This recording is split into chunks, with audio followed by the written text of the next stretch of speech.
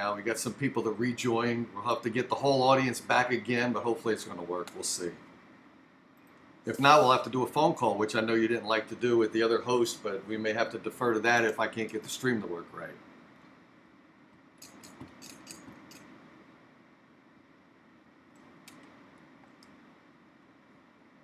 It's queuing up. Okay, hey Richard, I see Richard joined the show already. Richard, do I have audio? Can you see me speaking and hear me speaking? I've got the guest on here. Richard's going to give me the little update here if he can hear me and see me. And Richard as well. I'm sorry, or Tony as well.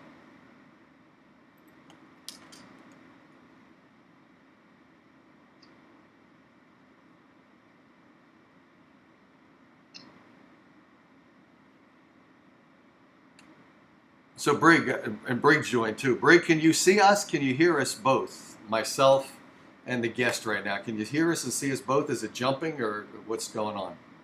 I've got Richard and Brig here are chatting right now, so hopefully I can get an up from them or a down from them. Is it sounding good? Is it working at all? I hear you and see him moving. Okay, Allison says that. So maybe it's better. So let me take the feed here and put it on my page so that everyone can, again, join the show here. I'm going to copy the stream name.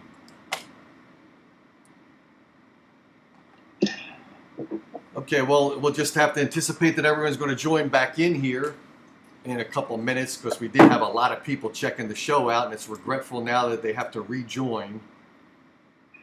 But that's what we're going to have to do. So let's see him move. So Allison, Brig, and Richard, are things moving now? You see us both moving on the thing? And if it is, then we'll start the broadcast at this point.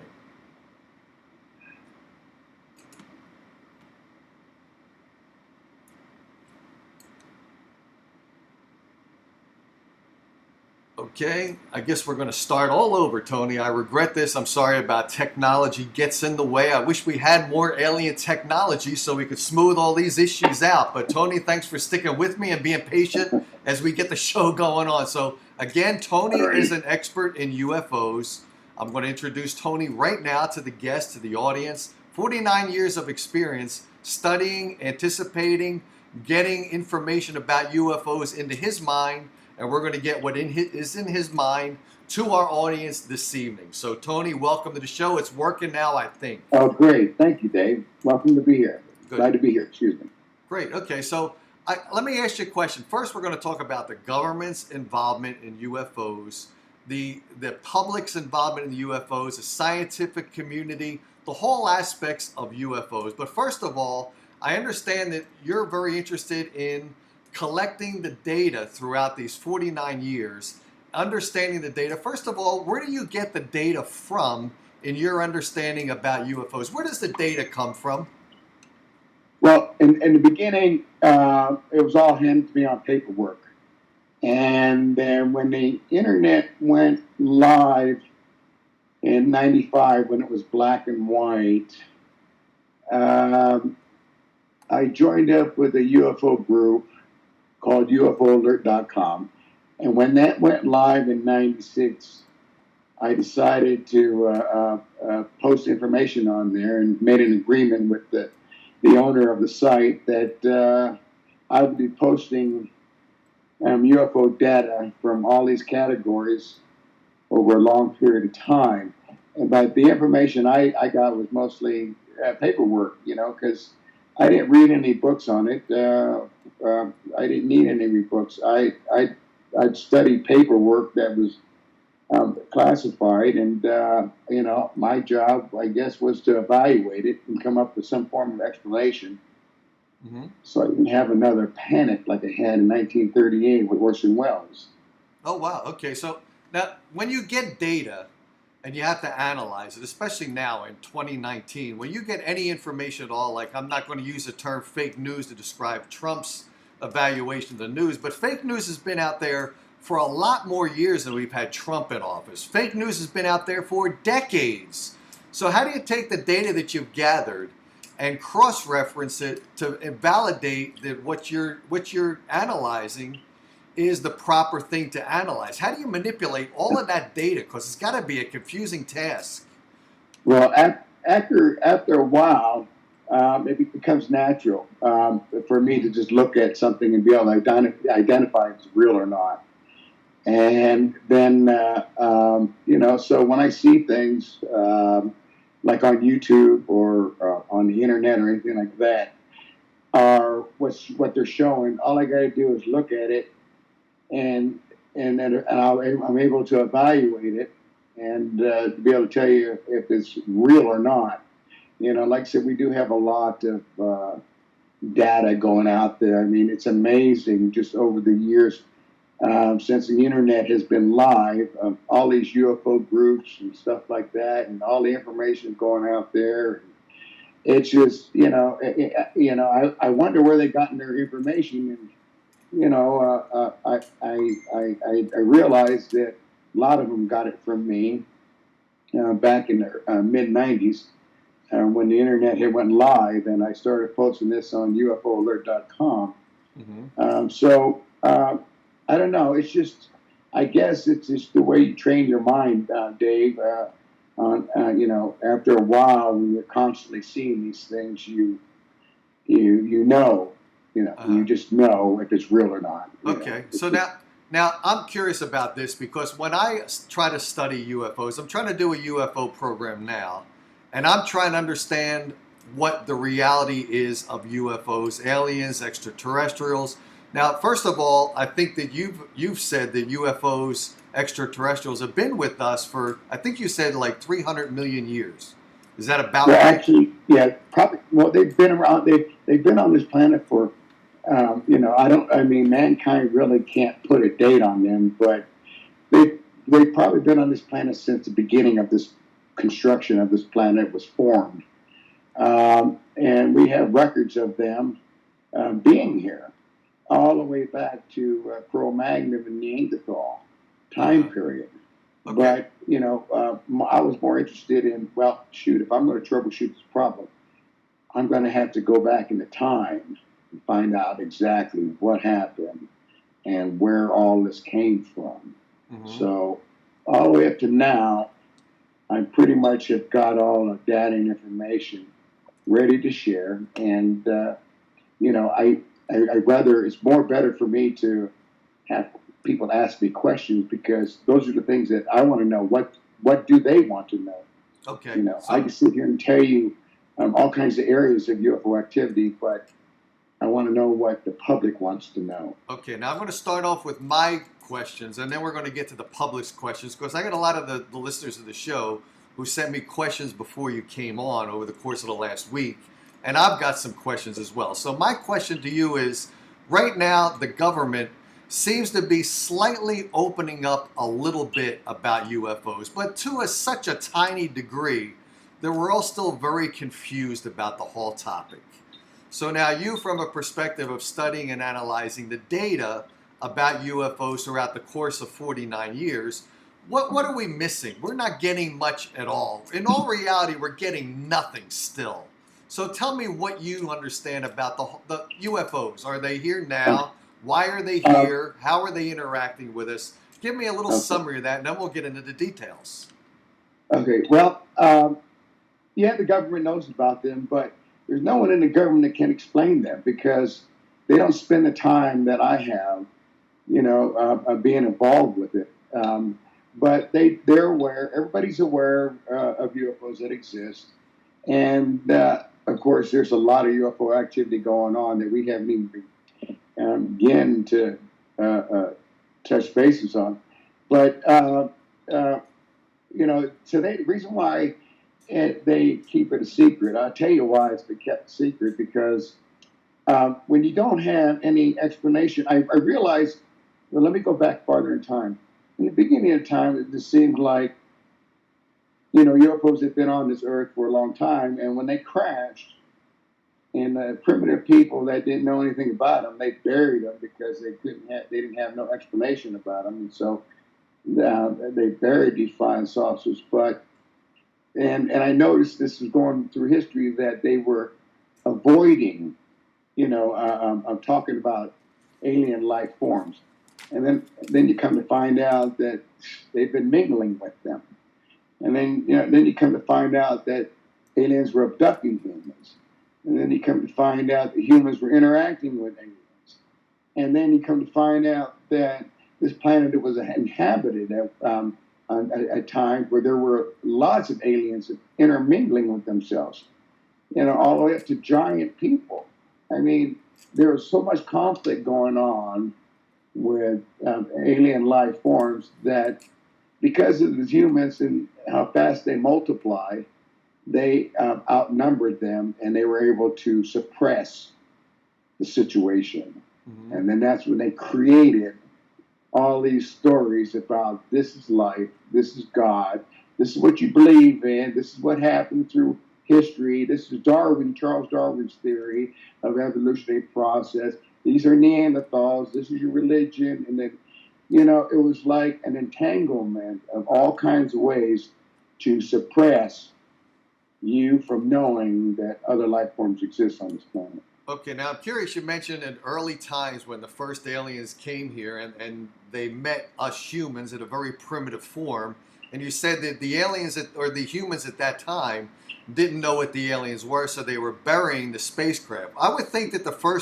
for instance, I would think that the first impression of humans seeing a spacecraft land, they would be extremely fearful because they're used to hunting with stone knives and bear skins. Well, no. See, they weren't the ones that were doing the burying.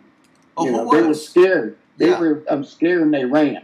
I would think so, right? So who was? Yeah. So the aliens. It wasn't until humans' genetics appearance was changed, and humans became humans, and population began to grow, that they became aware of this situation, and they were able to deal with the situation. That was going on here.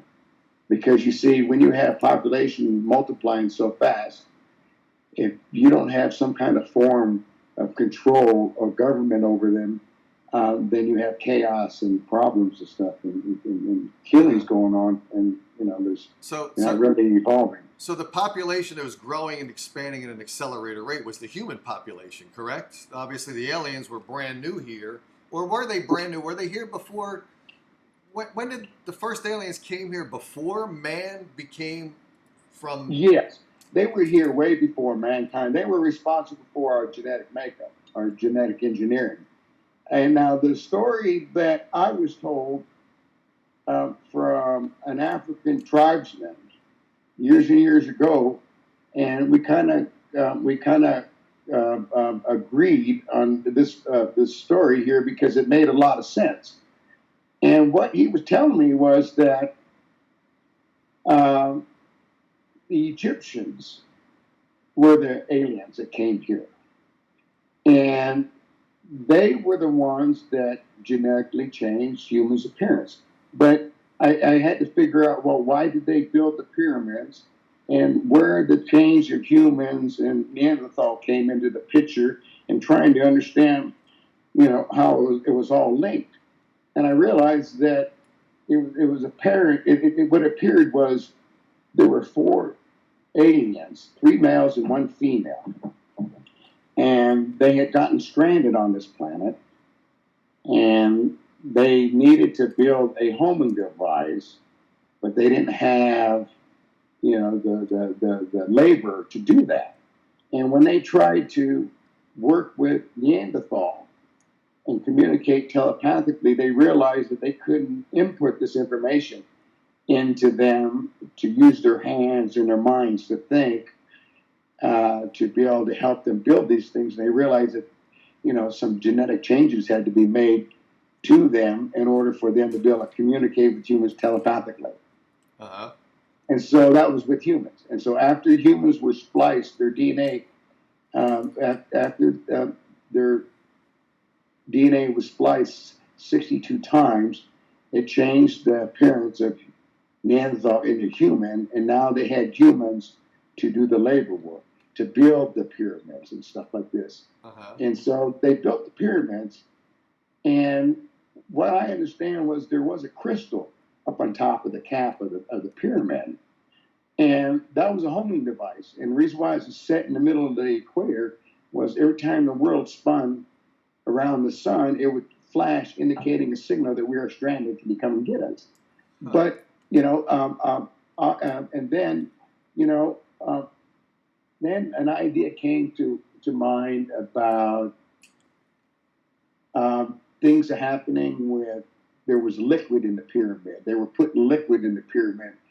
And all of a sudden it just snapped, and I realized that they were power plants. They were used to charge up the UFOs. They needed something to charge up the UFOs. These were power plants.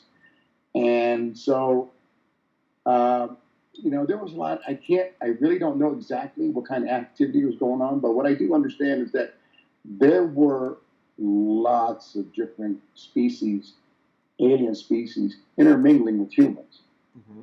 And I guess a point in time came where when humans outnumbered them, they decided to get rid of them and take over the planet, humans. And, things begin to change. It's a big story, to try to understand that, the reason why we're here is because of genetic engineering, now, through splicing through cells. Yeah, because we think of genetic engineering. For instance, the only species on the planet that really can communicate like humans with a complex language structure are humans. However, we do know that dolphins and whales communicate with a system of their own, but I guess we formulated that they're less progressed in their lives communication-wise and construction-wise. We're the only being or species on the planet that can put together a refrigerator or an air conditioner. So we're the only ones that have that advanced level of thought process. And that came from the aliens, right? Yeah, exactly. The thing is that, like I said, humans are like rabbits. They multiply and multiply and multiply so fast that, when you have an abundance of humans outnumbers the aliens, and then activities and stuff, it came to a point where enough was enough, I suppose, of them being on this planet, and a war broke out, and, there are wars going on. I mean, people don't understand that the events that happen on this planet, over thousands and thousands of years. But, today, there are still a lot of aliens on this planet, and they do exist, and they are here. And these are the ones you want to stay away from right here. You see that? Oh, you got to move it right there. Okay, now we see it on the screen. Uh-huh. You see that? Yeah. These are the grays. Someone would tell me that this picture, was an artist that made this alien. But that's impossible, because this picture was given to me in 1982, and it came out of New Orleans. It was given to the FBI agent office there in 82, and then a copy of it was given to me. And so the story was given to me where it came from. Uh-huh. And the story that where it came from is that a UFO in 82 had crashed. The British jet fighters was patrolling the Sahara Desert, and they had shot down a UFO. And there was a survivor. And the way the commander told me, the British intelligence told me, was that they notified the U.S., and the U.S. came and got the alien, and that was a picture that was on the ship in the cage where he was confined when they were bringing him back to America. But that was the story that I had gotten from that specific picture. Mm-hmm. But you might have some people might tell you that an artist created this alien and the way he looks. But one thing that, for instance, for an alien to come to the planet Earth, assuming that they're coming from outside of our solar system here, we have planets in our solar system, but unless they came from Neptune or Saturn or something like that, they probably came from a very long distance away. So for them to come and travel those amount of light years, they're able to achieve probably a faster speed than the speed of light. They came here with such amazing technology that I don't understand how a spacecraft of the United States or any world population of vehicles could possibly shoot down a vehicle that came tremendous amounts of time, of light years away with all that vast technology. How would our minimal amount of weapons be able to shoot them down? I could understand maybe them crashing on the planet Earth, but to shoot them down sounds to be a little bit aggressive. strange. Yeah, it doesn't make us humans look good, now does it? Well, we're attacking something that we know nothing about because we don't want them around, but we do know what they've been doing. And so here's the thing: is that when you know what they've been doing on this planet, especially the grays that we have here, they've been on this planet for over 300,000 years, and they live below the Earth. uh-huh. And they are very, very evil, sinister beings. And I came to a point where, you know what? This has got to be Lucifer. This has got to be the evil ones that they're talking about. This has got to be the ones that are breeding with humans and controlling their minds and abducting them and killing them and using them for body parts and doing whatever they want to humans that are responsible for these problems we have today. Why? Nobody knows anything. Because, if you don't spend your whole life 7 days a week, 365 days a year, for 49 years, cross-referencing these things, it would be hard for you to understand these things. So, I'm not really good at just talking on my own about this because there's a lot of data that I have.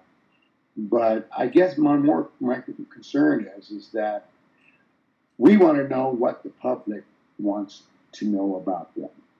If the public tells me that they want to know this, they want to know that, and everything like that, then I give them an explanation and everything like that so they can learn and understand this a lot better because to be honest with you, we are touching bases on all kinds of things that are going on.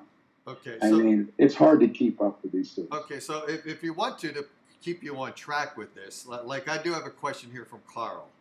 And he says, well, why are these aliens here today, at the moment today? What's their purpose of being here now? He says, are they here to study us? Are they here to eventually overcome and take over this planet as their own? What is the reason that they're here? That's what he asked. Carl asked. Okay. The reason why they're here is because when we detonated the bomb in the ocean, what was that, 1965? The atomic bomb? Uh-huh. That created a big old mushroom cloud that could be seen out in space. And what people don't realize is that we do have other people that live on planets in our solar system.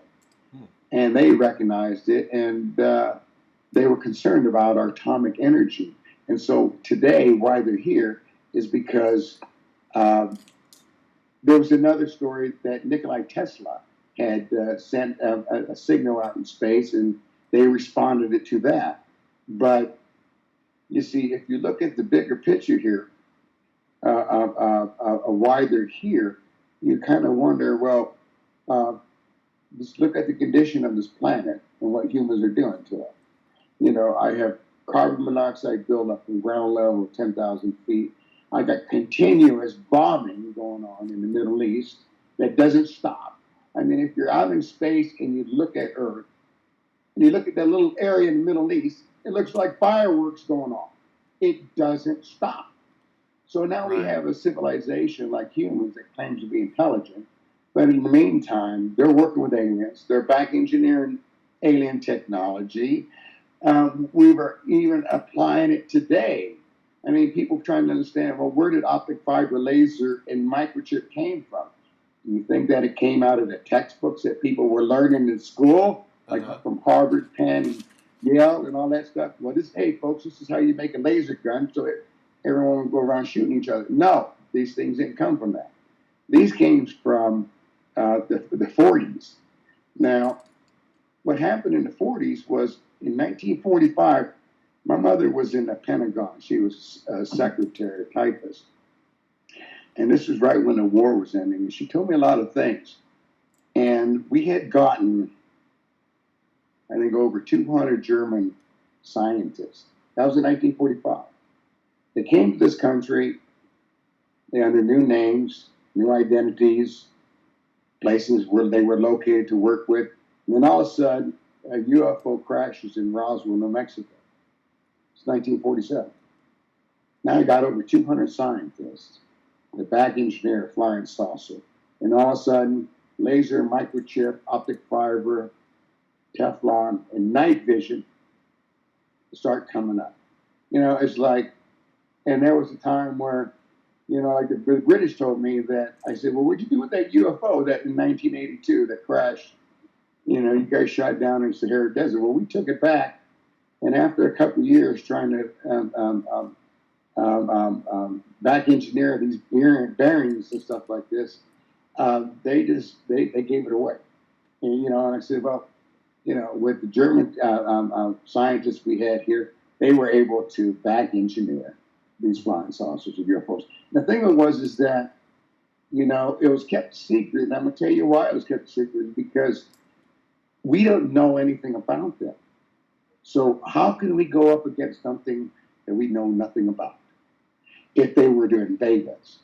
So we had to, a meeting was made, for them to meet the humans and stuff, and an agreement was made that they'll be able to abduct humans and kidnap them and kill them, do whatever they want to them in exchange for technology.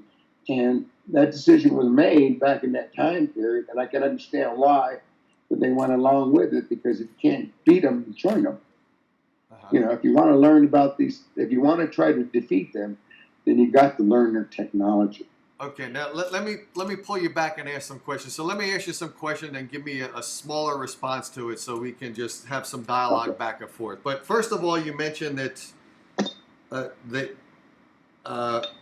why wouldn't the aliens who landed here, Roswell? I'm sure they didn't come here just one ship.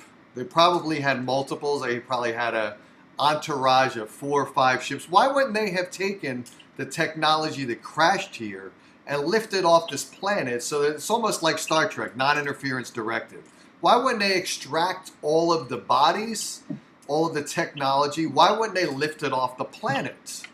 I've never understood that one. Why wouldn't they retrieve it? Well, here's the thing, is that we didn't know where they were from. We didn't know if they came from a distance. We didn't know if they were already living here. I still have today, I got UFOs coming out of water. I got UFOs coming out of mountains. I got UFOs buried. Dave, there is so much activity going on that we don't know if we're going to be invaded. But our only defense system at this point is atomic energy. Are they scared of atomic energy at all? That I would think that they wouldn't. They would have no fear of atomic energy. They're so far beyond that. It's like lighting a match to them. They have any fear? I know that, but to humans, it's the most powerful weapon of mass destruction they have. That we have, but to them, it's like. And the result of them being used would blow up this planet, Dave. Yeah, but do they care? This planet. Do they really care about this planet? For their technology to travel to this planet, I'm sure they can go to a bunch of other planets. Why do they care about us at all? If we're going to blow ourselves up, why would they care? What I also gathered, Dave, was it seems like this planet is a library, a stopover point. Of life forms coming here, because, after gathering all the data and all the species that are here, why they come to Earth? Yeah, why? And I realized that the majority of them are breeding with humans. And these are the this is what is responsible for why these cultures look like they look like they do. If these cultures look like they do, because it wasn't because of the sun and the food that they ate. It was the breeding of the different species of aliens breeding with them. But there's genetics that takes place in, I don't know if it's called genetics, but the people that live in, for instance, in Africa, they're darker skinned. In places like the Netherlands. They're very light skinned, or Holland or someone very light skinned. It depends on the geography that has taken them to formulate a defense against the sun or the environment, etc. So now you're saying that it's the alien mixture of it that is determining the look and the characteristic of the specific being, not the geography that they grew up around. Well, I'll give you an example. You know, when the Egyptians tried to breed, they were breeding with themselves, and it was incest going, and the pharaohs were dying at the age of 7 and 9. But then when they started breeding with humans, they transferred their species into human. And what I understand is that they split up in Egypt. One of them went to the Middle East and created the Asian culture. One went to South America and created the Latino culture, and they call them today the Anunnakis. But they all originated and were branched off from a conflict that broke out, and they split up, and they went their own way and created their own type of human species, and I trying to understand this and trying to believe this. When you put all these pieces of the puzzle together, you realize that it's fascinating. I mean, it's fascinating, but I realize that there's a lot of activity going on, and for me to come up with the idea that this is a library or a Passover place for them to just come here, people don't understand that when you go to other planets, the life that sustains the atmosphere that sustains that life form on that planet is way different to Earth. So that means if you were to come here from another universe or another wherever, you can't just come in here by the way you look or the way you are, because you have to adapt to this planet's environment. So that would mean that what we gathered, what we understood is when they come in, they only have a short period of time to make the adjustment to change their appearance and to adapt to this planet. If they can't do it, they blink out, and they don't stay. They can't stay here. But these are the responses, and what's going on here. So you have you noticed that how small we are, tiny human beings? Well, have you ever noticed that all the aliens that come, they're smaller? Some of them are big, but they're about the average size of humans. It's not because that's what they look like where they came from. We know that, but there's possibility that they had to change their genetic appearance. And so what is left is... So they have the ability to change their generic appearance. They themselves can change their generic appearance over a certain amount of time, or they can mutate? We don't know that. Okay, but there's nobody knows that. And it's not in any of the data that you've analyzed. There's none of that in the data. Yeah, because there's so much going on. There's so much alien species. We just can't keep up with them, Dave. Uh-huh. We don't know where they're from. We don't know why they're here. All we know is that we got some that are shutting down all missile silos around this entire globe. And they are disarming them. And they're doing why are they doing that? To protect human against human, or are they doing it to protect human against the aliens themselves? Why are they doing that? No, because they think that we're a violent, evil species. Well, we probably That's what they think. Yeah, well, we probably because are. Because we haven't evolved. I mean, if they're capable of making warp drive and coming here, then obviously they have evolved to be a very, very intelligent species with technology far beyond man's comprehension, to come to a planet in its primitive stages of development, and they're overkilling each other because they can't get along with each other, because it's a control thing. Everything is under control going on this planet. This planet doesn't evolve because somebody thinks about it. This planet evolves because this is how they want things done. They don't need humans. Humans are a dime a dozen. All they need them to do is for labor. They need them for this and that and this and that and this and that.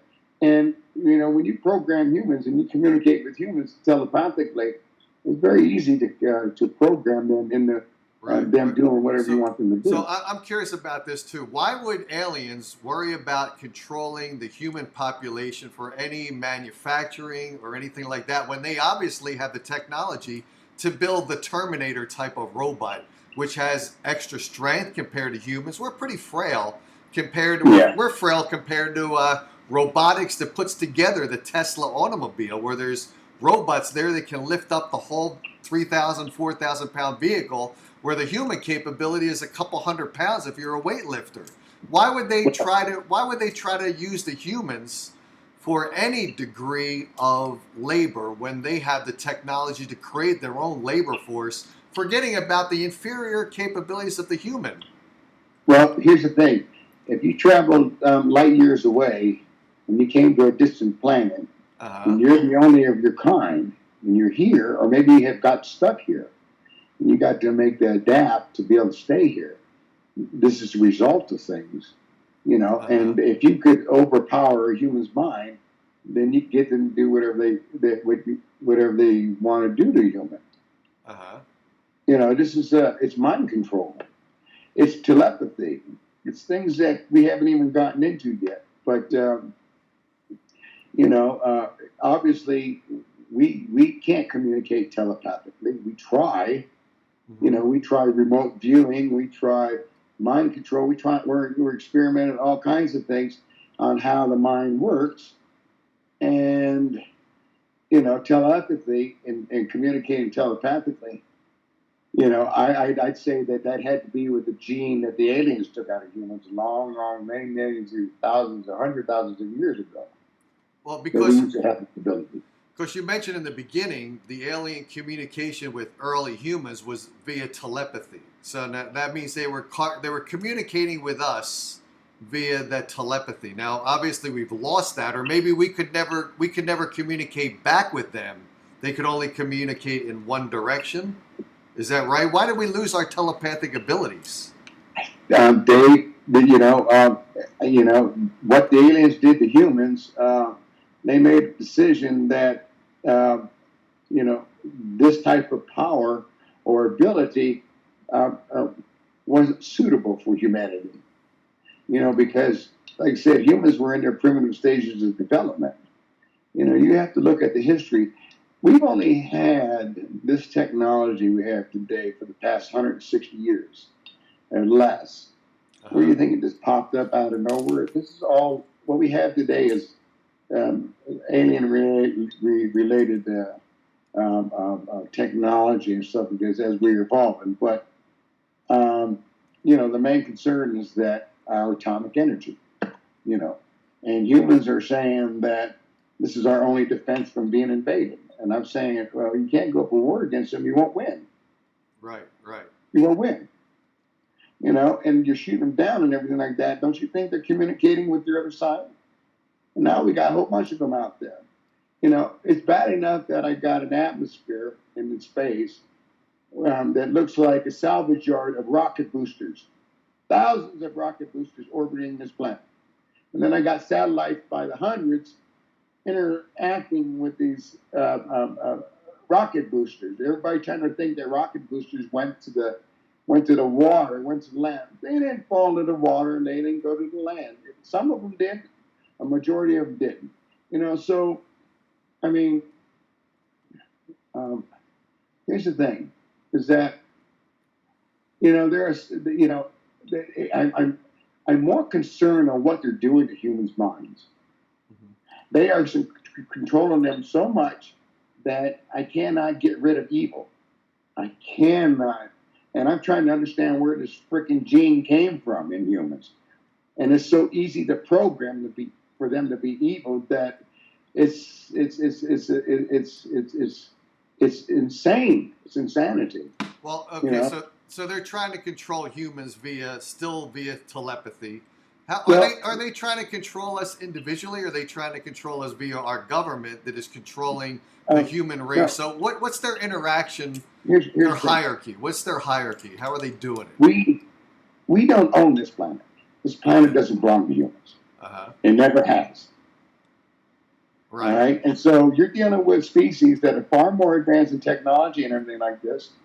And I'm trying to work with them and tell them to have patience with humans. Maybe I can sway them into getting rid of evil and cleaning up this planet.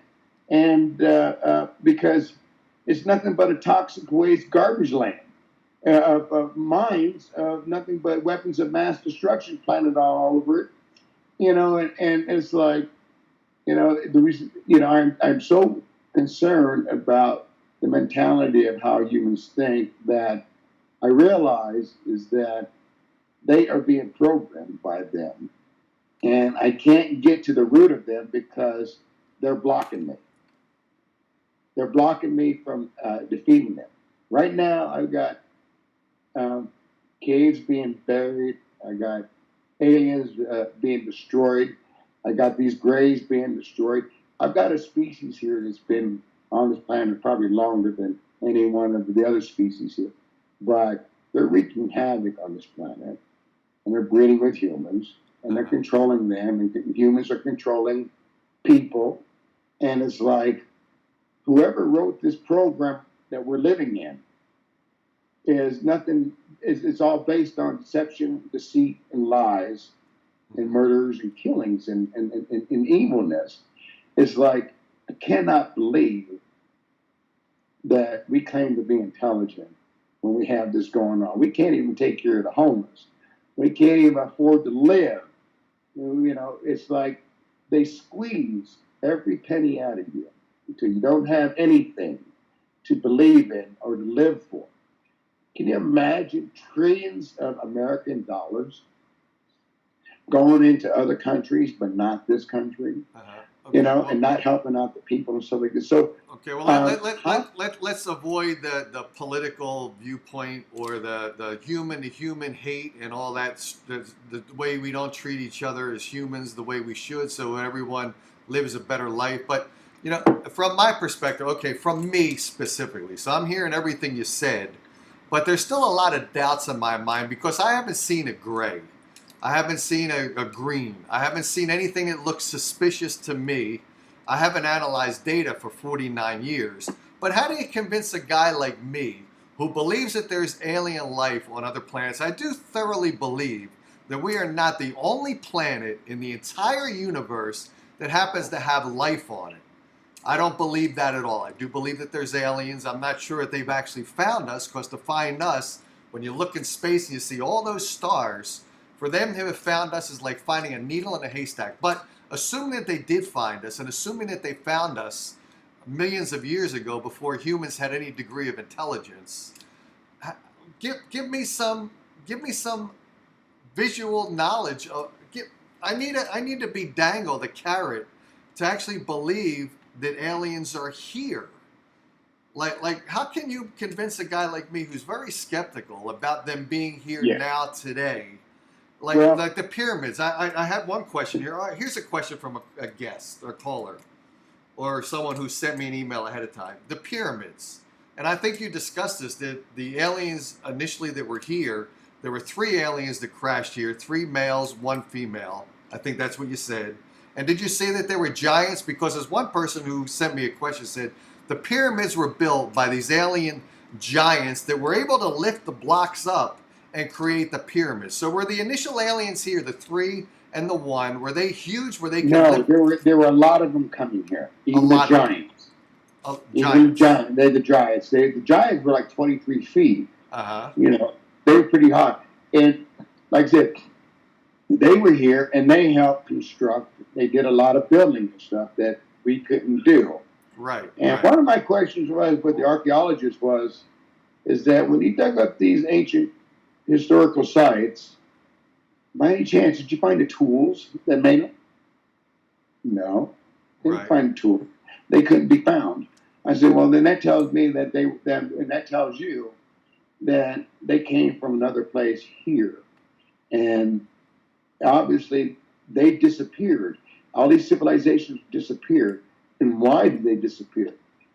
Chances are there was a catastrophic event that caused them to disappear, or there were wars between them, and they took humans with them and they left the planet. and they left these civilizations that they built go and lived in, you know. But there were a lot of species, you know, and because of the chaos that was going on, you know, it came to a point where there were enough humans, and they just defeated them, you know, because you know, mankind didn't have weapons back in those days. The only thing he had was abundance of him, you know, and so he was able to, you know, it's like that fairy tale story of the giant, you know, that were, you know, they got him drunk, and he passed out, and they tied him up and they killed him. I mean, plain and simple. I mean, I've seen skulls, really, really huge skulls, a lot bigger than my head, and it looked like their brain had been hammered, or something was shot into their skull, you know, that killed them. You know, so it was like, wow, you know, I mean, you know, you know, there are so much going on.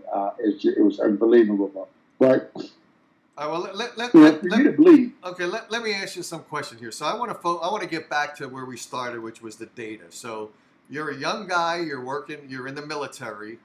You get handed that first piece of data that questions in your mind. Because, for instance, you started off 12 years old, you're seeing humans, you see your relatives, your parents, and all that. All humans, all human looking. There's no doubt in your mind you're watching Gilligan's Island on TV. You're a more peaceful guy.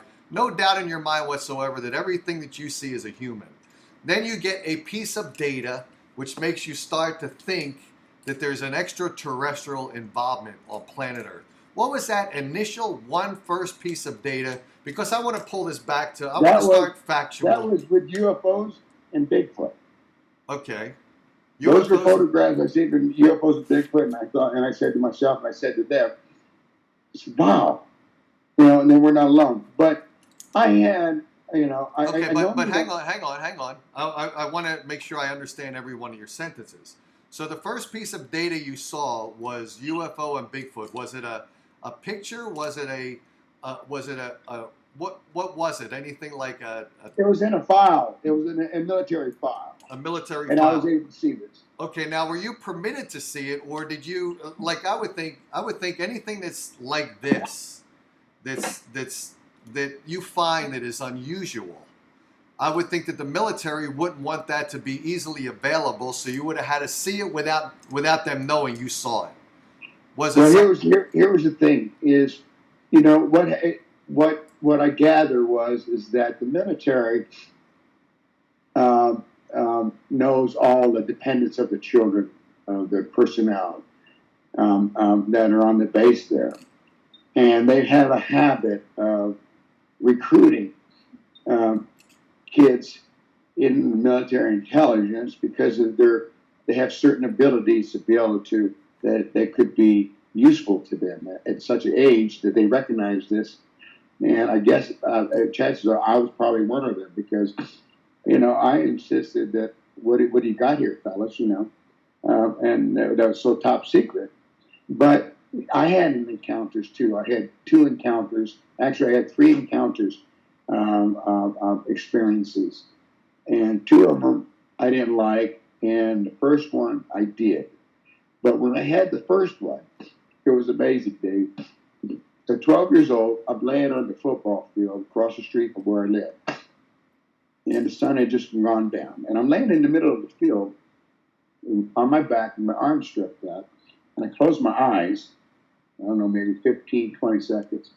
And I opened them up, and the whole sky was full of UFOs. It just seemed like a big cluster, a formation of them moving, you know, sideways, you know, with each other. And there was even a human plane in the formation. And I closed my eyes again, Dave, and about 15 seconds later, I opened them up, and they were still there. And then when I closed my eyes again, you know, I opened my eyes, and they were gone. So I sat up. But the first thing that came to my mind, Dave, was a part of me was familiar in my surroundings, and a part of me was a stranger. felt like he was a stranger on this planet. And then after that had happened, I had 2 abductions. And I had to remember these abductions over a long period of time because of the dreams and nightmares that I had as a little boy in order to put these puzzles together. Mm-hmm. And when I was cross-referencing this to ancient history, I found out that in the biblical days, when people were having encounters with extraterrestrial, they went home and they had these dreams and nightmares about them. And then after a long period of time, remembering and putting all these pieces together, they went into the village and they told the people that they were taken up. And they thought, and the people in the village thought that they were prophets. So they became prophets. But today, people who get abducted, they're called abductees. We might have a caller here, so let me see if I can chime this caller in. Do we have a caller on the show? Yeah, I'm just curious. Do these sunglasses allow him to see the aliens, kind of like in the movie Day of Lives? Okay, so we got a question from that caller. I'm going to hang up on him at the moment because he said people are making comments about the glasses. Why are you wearing sunglasses tonight? I guess is what they're asking. Oh, because the sun hurts my eyes. I mean, the light hurts my eyes. Okay. It's not because I like wearing them, but actually the sun really, that light actually, I have light in here, so it hurts my eyes. I always wear sunglasses. Okay. Let me make sure I put the audio here on the calls in case we get any calls here. Okay, we have a caller here who's calling in. Hello? Maybe we don't. We lost them, or he hung. But I think we do. You still there? Okay, we lost that caller. All right, so I do have a question for you. You know, when I'm talking about data, and this is what I'm thinking about. If you were abducted, why don't any abductees who have been on a spacecraft or anything like that, why has none, and there's been a lot of abductees. There's been a lot of people that claim that they were abducted, correct? Yes. In reading their stories and listening to what they've been through, led me into believing that what they were saying was true. Okay, so now why don't we get any, I'm looking for data. I want to have some solid, more evidence of things. For instance, abductee. If I'm abducted, maybe I'm not going to come back with any evidence of me being abducted. But there's got to be, out of all the abductees, there's got to be some implant inside of them. There's got to be something that they carried off the spacecraft.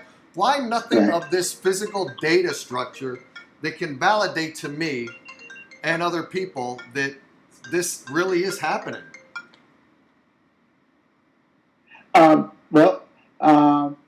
See, the thing is that there are the abductions that are going on, from what I've gathered and seen over the years. I haven't been able to see any evidence that they have a message to give to humans. And after all these abductions have been going on and all the data collected, they kill humans. They use it for body parts. They do whatever they want. They abduct humans. They've been abducting humans and their generation for thousands of years. Mm-hmm. It's a lot of info. Dave. Okay, now we do have a caller, so let's bring this caller in. Caller, you're on the Dave Darren Show. You're talking to myself and Tony. How's it going? Hi, I just had a question for Tony. Okay, what do you got? I was just wondering, what is he looking at off to his left? He's sitting there, and it looks like there's someone in the room. Is he being held at gunpoint? No. I have my briefcase. I have my tripod on with my briefcase open. Yeah, and why? You don't see it? Let me ask the caller this. I'm curious. Why would you care about that? I'm trying to get facts out of Tony. I'm trying to get data out of Tony. Why would you care what he's looking at? Why would you even care what I'm looking at, for that matter? We want to care about what the conversation is, not what he's looking at, right? I don't even care if he's got sunglasses on. If you want, I could put some. I want to get, you know what I really want to get? This is what I really want to get out of Tony. We can hear stories about, I'm laying on the ground, I'm at this ballpark, I'm looking up in the sky, I see aliens, I see lights. I want to know why a guy like me should believe that there's aliens on planet Earth, and I already said to you, I believe that there are aliens outside of this galaxy, this universe, this Milky Way galaxy. I want to know from somebody. I want to be convinced. How can I be convinced? Thanks, caller, for calling in and giving us a totally irrelevant question. But Tony, I really want to believe this. I want to really know what's going on. Now you have to ask yourself, well, where did we come from? How did we get here? Everything that's on this planet was seeded. Even humans were seeded. They were genetically engineered. All the life forms under the water, all the plants, all the life forms.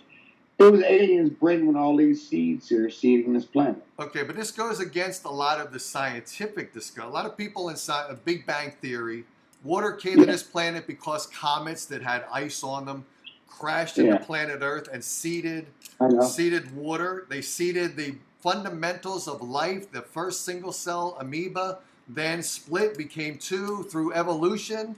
We were seeded here by the Big Bang with the chemical foundations. Now you're if that was the case, we would have had to be nurtured and monitored along the way. We couldn't just evolve like that and say, all right, here's a human, it's intelligent. Now you can live here and subdue and replenish the earth and blah, blah, blah. It's like when I went into religion, I had to research religion, all the religions, and I opened up the Bible and I realized, when I started realizing that God, which couldn't be explained, created the planet in 7 days, and he created man in his own image, and he took a rib out of him and created a woman. And they were the only existing ones. Well, that right there, when that came to play, I asked him, says, well, where does Cro-Magnon and Neanderthal come into play? Nobody can have an answer for that. Well, maybe I do. It's the thing that Adam and Eve were the only ones. Well, maybe I have the answer to that. I don't know, through scientific research and study from me being in school and all that. Like I said, single cell amoeba. And then, we had that, and then we had natural evolution, strongest survive, weakest fail and die off. And through that, we went from ape, chimpanzee, we developed into basic fundamentals of man, and then we progressed out of that. But there was a leap in technology over the last 160 years, which I can't figure out, because it seems like man suddenly had a divine inspiration to create at a more accelerated rate. And maybe that could be the alien interaction with humans. And so I want some data, I want some facts. Like, okay, I don't know what I'm trying to ask you for, but you came on here as a 49-year understanding of data. Give me the data, what you saw. I need some more stuff. Oh, okay. Well, the data that was being collected was all the activity that was going on this planet. Okay. And now you had to figure out, who, what, where, and why they're here. And the thing is that we had no idea who they were. We don't know where they're from. We don't know anything, Dave. And they've never told us that, where they're from. They never, I would imagine if I came, why wouldn't they not tell us where they came from? Right, because they don't know. Who doesn't know? The aliens don't know? No, the humans don't know. The humans don't know. But the humans, for instance, if an alien crashed here, and I would believe if we're interacting with them, it seems like we're peacefully interacting with them, because we don't hear cities like New York or Chicago being burned down to the ground by the aliens. Or what was that movie, whatever it is, Day the Earth Stood Still, where things are beaming on the planet. Or we're not seeing human races dissolved via laser and being liquefied. We don't see that. So if we have aliens here, it seems like we're peacefully associating with them, so that there would be more knowledge out there to the general population, and there would be less fear. I don't see the governments say that they're not telling us because of fear. It would seem like there should be no fear, because it seems like no one's been annihilated yet. Go ahead. The way that mankind evolved, he had a program, and this is what you believe in, and this is what you do. And he started creating laws and all these things. He took control of controlling you from being able to think about these things. Uh-huh. And so he implanted all these false information into your minds, and through generations and generations and generations and generations, it's been carried on. So breaking humans the habit of thinking that they're alone in this universe and that they're the only ones.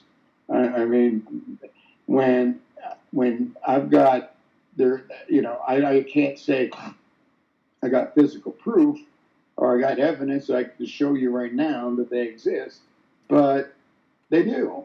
And I'm not going to name drop or point fingers at anybody, but we've been in business with aliens for over 300,000 years on this planet. Humans. How do I get that evidence? Because I would like to move this show, and then we're going to bring Terry on, because Terry called, and we got Jeff here who says he has a legitimate point to make. How do I turn this show from a show that has people coming on telling me stories which could be real or could not be real? How do I get facts of this? I mean, you've been doing it 49 years.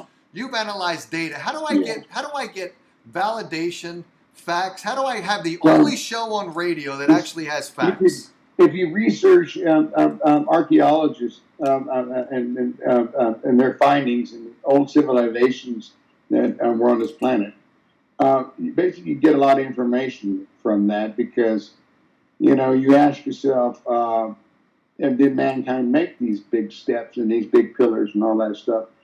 And even today, there's no one can do that. So if you research that part of ancient history and stuff like this, you have something to work with, Dave.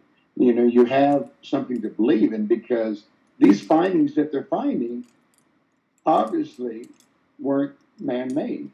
Okay, so now, this is exactly what I was going to say. Okay, so this is what I'm expecting.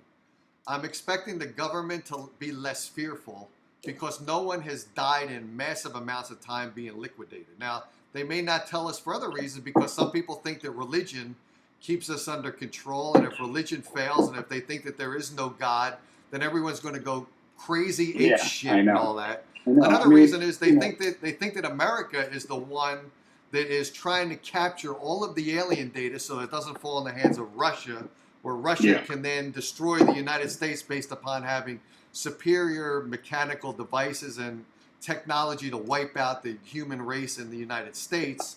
But I really want to know. I want to. You said this is what I expect. I would expect to see a crash-landed vehicle with a piece of metal that's in the Smithsonian Institute that's been analyzed by 7 legitimate scientists who have said that this chemical composition of this piece of metal did not come from planet Earth. We already know that asteroids that land here or comets that have crashed here, they're not from the planet Earth. Why can't we have a piece of metal that's not from planet Earth, that came from a spaceship, identified and documented as not being humanly made?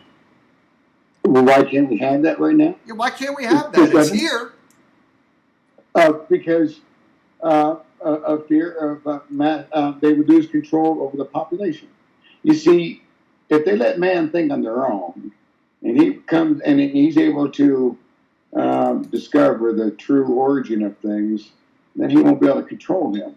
But all these things are orchestrated to control you, and they don't want you to know these things. Okay. And what upsets me is that I've got all these religions, and after cross-referencing these things, come to realize that religion came from Egypt.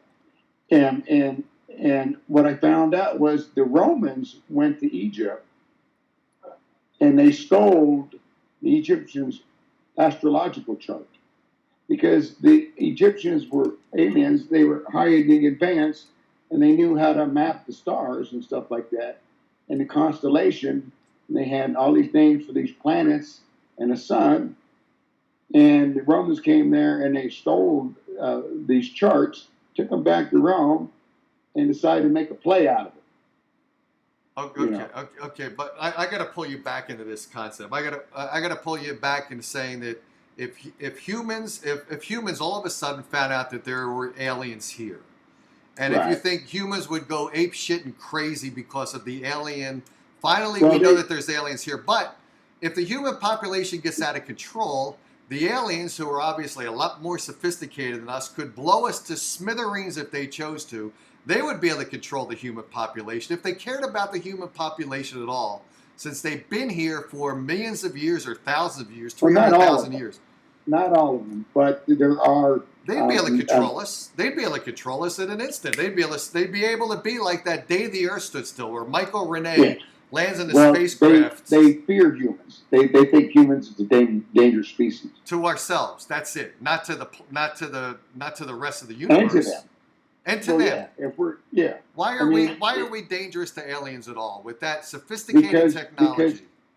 Because we don't want the people to. They don't want the people to know that they're here is because they think that they will panic and think that we're being invaded.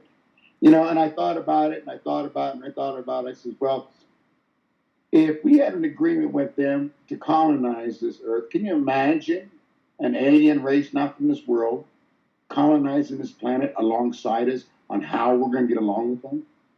See, a lot of this information was given to Hollywood back in the Star Trek days of Gene Roddenberry.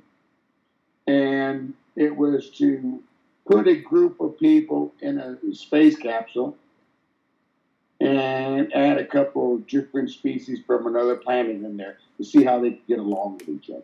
Uh-huh. And it's all psychological. And as the shows continue to grow and grow and grow, people began to like the idea that there were aliens and that it was possible for us to get along with them and all that stuff. So a lot of these stuff were programmed into humans, about what is going on. And the technology, it's like, I started posting all this information and data in 95. I invited the Sci-Fi Channel, the History Channel, the Discovery Channel, and I think I was the only UFO website that went global. And I had posted over 200 stories of a lot of areas that we haven't covered yet. And it was unfortunate that I discovered that the lady was making money off of me, so she was told and blocked me and shut things down.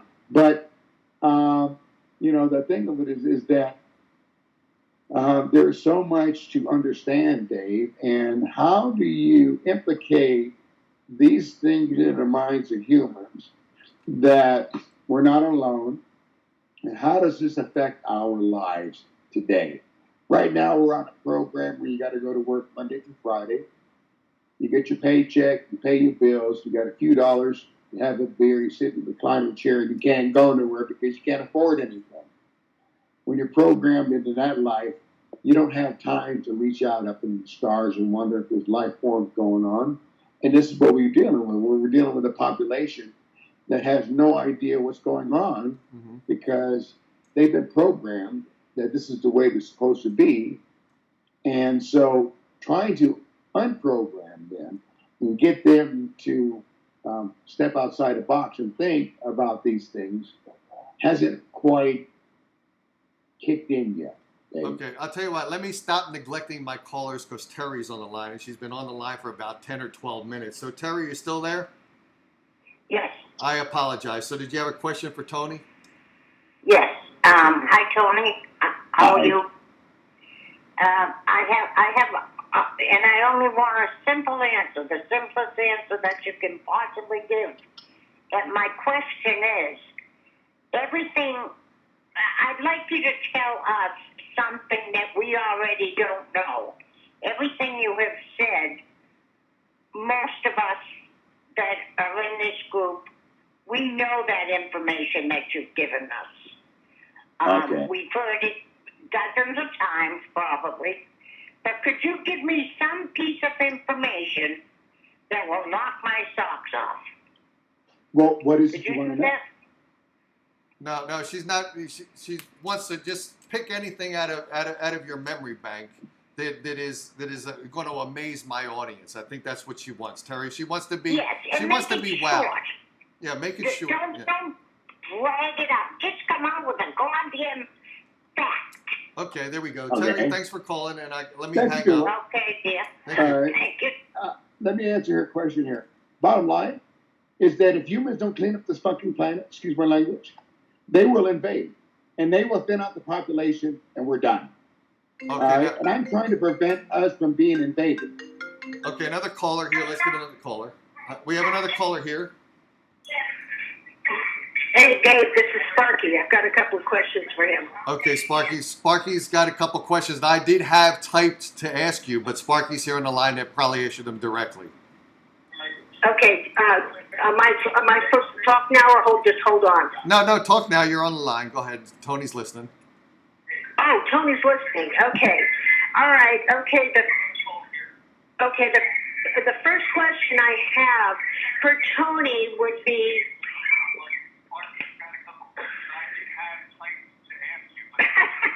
It's okay. Okay.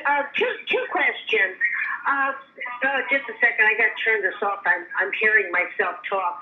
Okay. Where is the group or organization responsible for the suppression and control over the UFO and ET cover-ups worldwide located?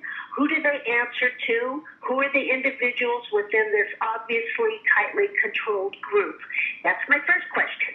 And the second question is, when you were writing things to us, you mentioned in your introduction about yourself that in 2020 you will be brought a UFO and deceased aliens.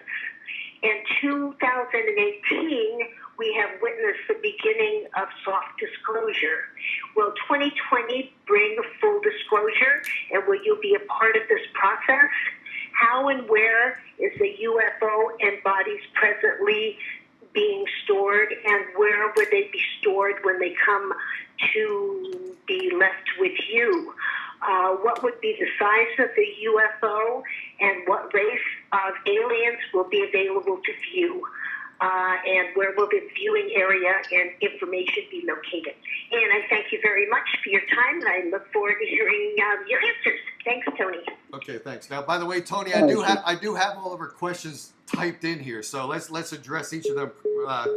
The first one is, where is the group or organization responsible for the suppression and control over the UFO and cover-ups? Where are they? What's the name of the group? Where are they located? And tell us about them. Well, here's the thing, Dave. I want to answer that question, but you see, I have to explain it, a lot of things in detail. But you see, a lot of it comes from me, and I make a lot of decisions and on what to do. And the reason why you're given control of this by whom? Who gives you that title of being the guy that they communicate with? What organization do you report to? Who do you report to? I report to the government and the military. Okay. And what I do is I share my information and my findings and stuff like this and what I think should be done and everything. And then I implicate what needs to be done. And hopefully things change and stuff like this. But the group was called Majority 12. And that was created in 49 by Harry Truman. Actually, a general. I forgot the name right off the bat, but it was a group of 12 men from all walks of life to troubleshoot this phenomenon. And back in those days, in 1947, when the secretaries were taking notes, they used shorthand, and so the name got abbreviated like Majestic 12, Magic 12, MJ 12, and blah, blah, blah. But what the group initially's name was, Top Secret Majority 12 Committee. It's an oversight committee that oversees the UFO problem to this very day. Okay, so hang on. So you're the guy that's kind of the leader of this group, correct? Or were at one point? Were currently or in past? Well, I'm more like a scientist, you know. And I don't make the decisions. I tell them what I think, and they make their own decisions to do what they want. Okay, so now have you physically yourself been touching visually in front of an alien? It was yes, twice. You were. Okay, so now, Yeah. So now, why aren't you coming to the forefront and saying, okay, I saw this alien, I analyzed this alien, the construction of their blood is this chemical, Well, the skin is this chemical, the spacecraft that crashed here, you've seen the spacecraft, right? I've seen lots of them, Dave. Okay, you've seen lots of them. So now, have you, as a scientist, analyzed the spacecraft to tell us that the metal composition of that spacecraft includes some of the metals we find here on Earth, but a lot of them aren't? And have you named that metal? We're missing one element of mineral. We have 6 of them, but there's 7 that takes that's needed to make these ships, and we don't have that material element on this planet. So now you're not permitted as the scientist to ever grab anything from that scientific lab to have in the back of you where you can raise something up and say, here's an item that is going to introduce your... Data is sent to me, and I evaluate it, and I see what's going on, everything, and as far as I'm concerned, I said back engineering aliens, flying saucers have helped us out a lot. We have evolved, obviously, from having the ability to back engineer flying saucers. We've gotten optic fiber, laser, microchip, Teflon, and night vision from back engineering UFOs. And so, to answer Sparky's question, I want to let her know that there is a group that exists and that oversees the situation. And I'm not going to say that it's a nice group, Sparky. It's not, because they don't want people to know. And if they can't come up with an explanation to you, I'm trying to get them right now, and I'm hoping maybe that I'll be able to show the public in 2020 alien bodies and a UFO. But it all depends how the public is going to accept this and why they want to understand this, and does it play a part in your life, and how it's going to change your life. I mean, people don't understand that. When you ask him what the damn chemical is. So Terry called up and she said, what's the chemical? Do you have, since it's not a chemical from planet Earth, and since the metal is mineral. Okay, so it's not a mineral from planet Earth. Have you guys named it? Do you have a naming convention for it? No, we don't. Don't you call it like an M15 or a B57 or anything like that? Or I don't get into that part of engineering, Dave. I oversee and look at everything that's going on this planet. Okay, now why can't you leak anything to us? Like for instance, is your life threatened if you leak it? If you carry anything out, like the WikiLeaks we had, if you leak anything out, are you in danger of leaking anything out? No, because here's the thing: is that I'm one of the government and military's best kept secret. And the reason why I come out of the woodworks was because my assistant that works with me encouraged me to come out and share this with the public.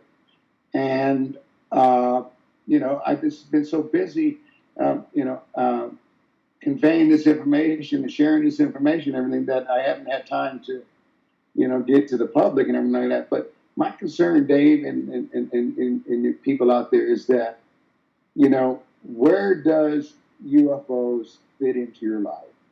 I mean, like I said, some are hostile, some aren't. So are we going to go to war? Are we going to accept that UFOs exist? And are we going to accept that there's a good, bad, and good angels and bad angels, UFOs? That exists, and how do we identify who's the nice one and who's the bad one, and everything like that? And what are we going to do? Are we going to start focusing on controlling the abductions of humans and the skies above, and trying to prevent abductions going on with humans? What is it that the humans will accept and adapt to that's going to make this planet a better place? Understanding UFOs is not going to make this planet a place.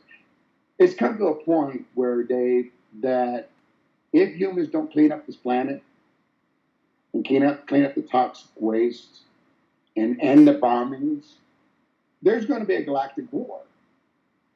That's bottom line. But how can Then you why are we explain warned? this? Why are we warned about that? For instance, Because you're panicked. because Because there'll be chaos. well, if And there's everyone will be out of hand. if there's gonna be a galactic war, then that's the ultimate chaos. So why not But warn they us that won't have it on this planet. They won't have this galactic war on the planet. It'll be out in space. it'll be out in space between alien versus alien?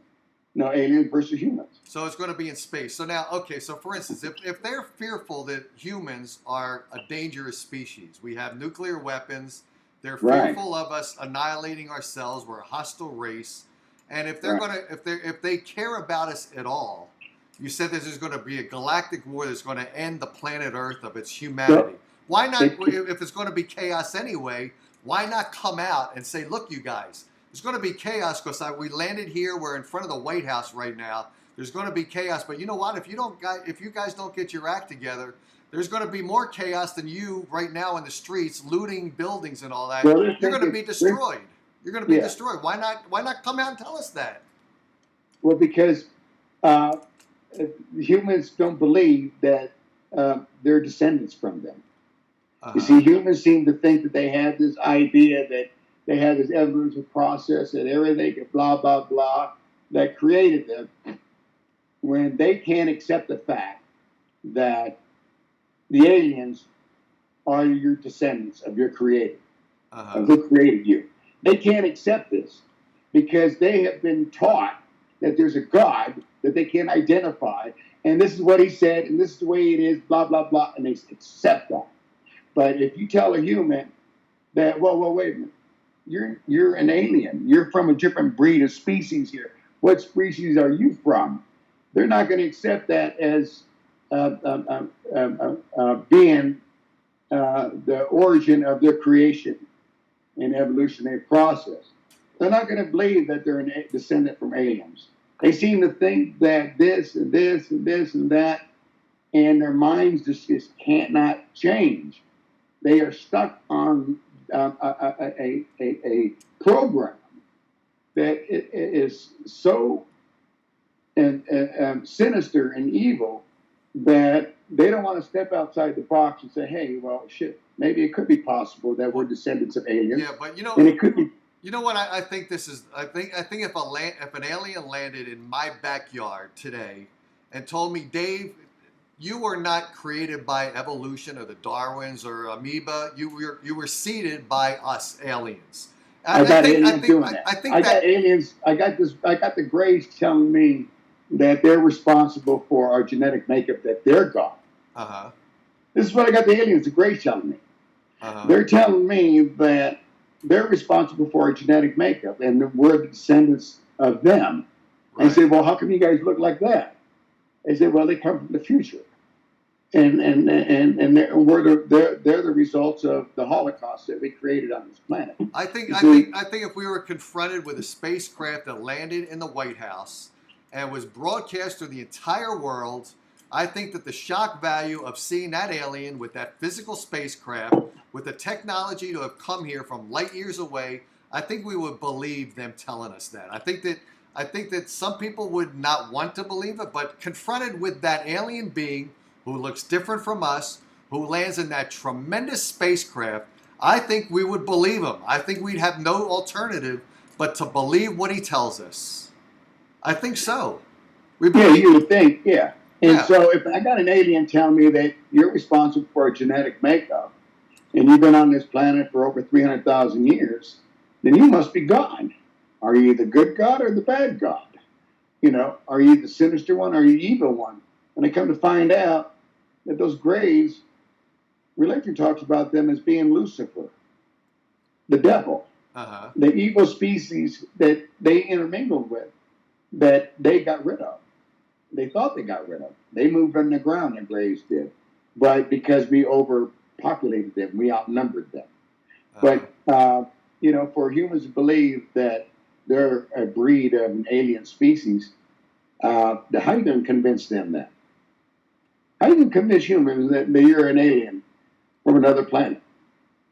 Well, like I When- said, like I said, we're brainwashed by the God concept, right? Everyone reads the Bible, and you can think we're brainwashed or we're taught or throughout. Listen, So we're I got the brainwashed. Middle East. I got the Middle Eastern people. They start their children at almost birth, 1 or 2 years old. Uh-huh. That this is Let's God. bring some callers in here. We have 2 people on the line. Can I ask who's calling right now? Who's on the line? This is Jeff. Jeff, what's going on, Jeff? Ask my caller a question here. You're talking to Tony. Go ahead. Hi, Tony. I got a couple points I just want to make and then a question. I'll start with my points. I've always thought that the aliens came here to study us, whether through abduction or observation, because we have something they don't have, which is an emotion or a soul. I think they're so highly intelligent that they have a high IQ but a low EQ, and I think that's a rare thing, and I think that's really what they're here to. Some races are here to study us for. Connected to that, the reason that we can see UFOs is because they want us to see. They want to provoke an emotional response out of us. It's part of their observation, part of their study. But my question is, currently, I knew at one time there were 26 different races of aliens on the planet. Does Tony know how many currently there are, and what is the logistics behind them coming and going? We can't. We have to be honest with you. We can't stop them, and there's a lot of them coming in and going and everything. And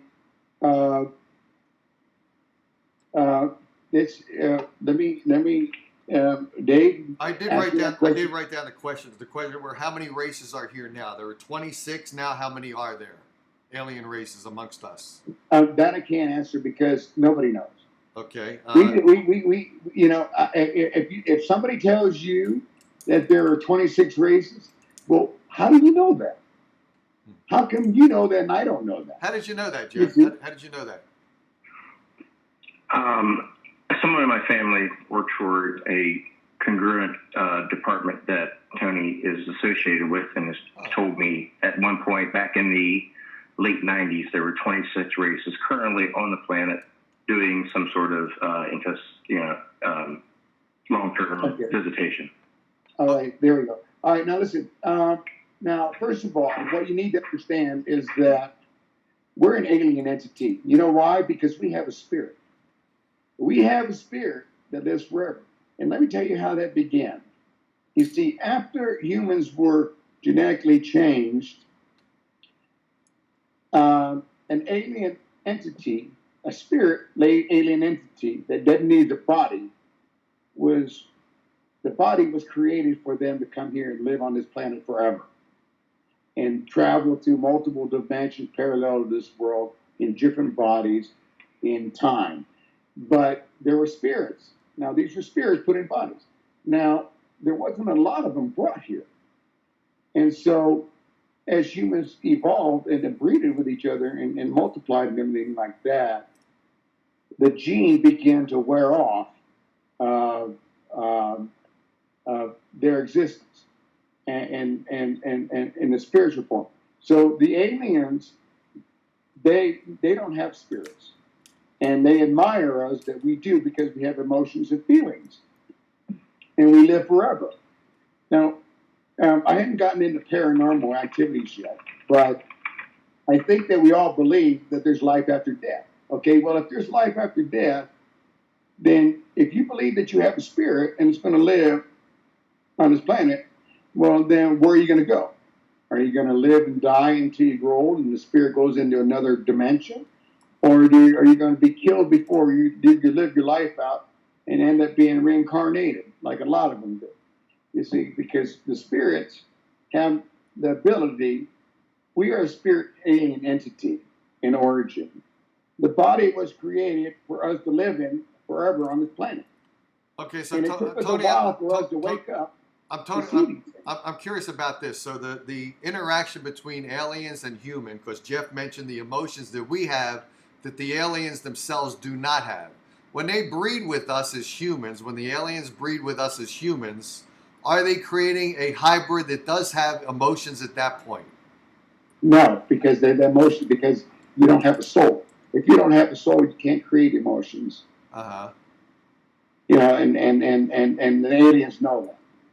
You Huh. see, we're a species, an alien species, that was put in this body to live forever. They admire us because we have the ability to live on this planet forever. A lot of us have been on. We're old. A lot of us, we have dreams that date back. You know, like I have dreams that date back to the pharaoh. You know, I've seen myself, of course, in many sorts of professions and in all sorts of fortunes. Of course, many things would be explained if we knew our real genealogy. You know, and I guess I thought heredity is a just principle, which has been badly applied. But nobody, religion or anything like that, has mentioned about spirit. All right. So if spirits could communicate in the fourth dimension into the third dimension that we're living in, then obviously, if the extraterrestrials can communicate telepathically, then they're capable of tapping into the spirit realm that we exist in and communicate them, because the spirit, you know, is a highly intelligent species. And if communication is done telepathically, then they communicate telepathically. But we can't,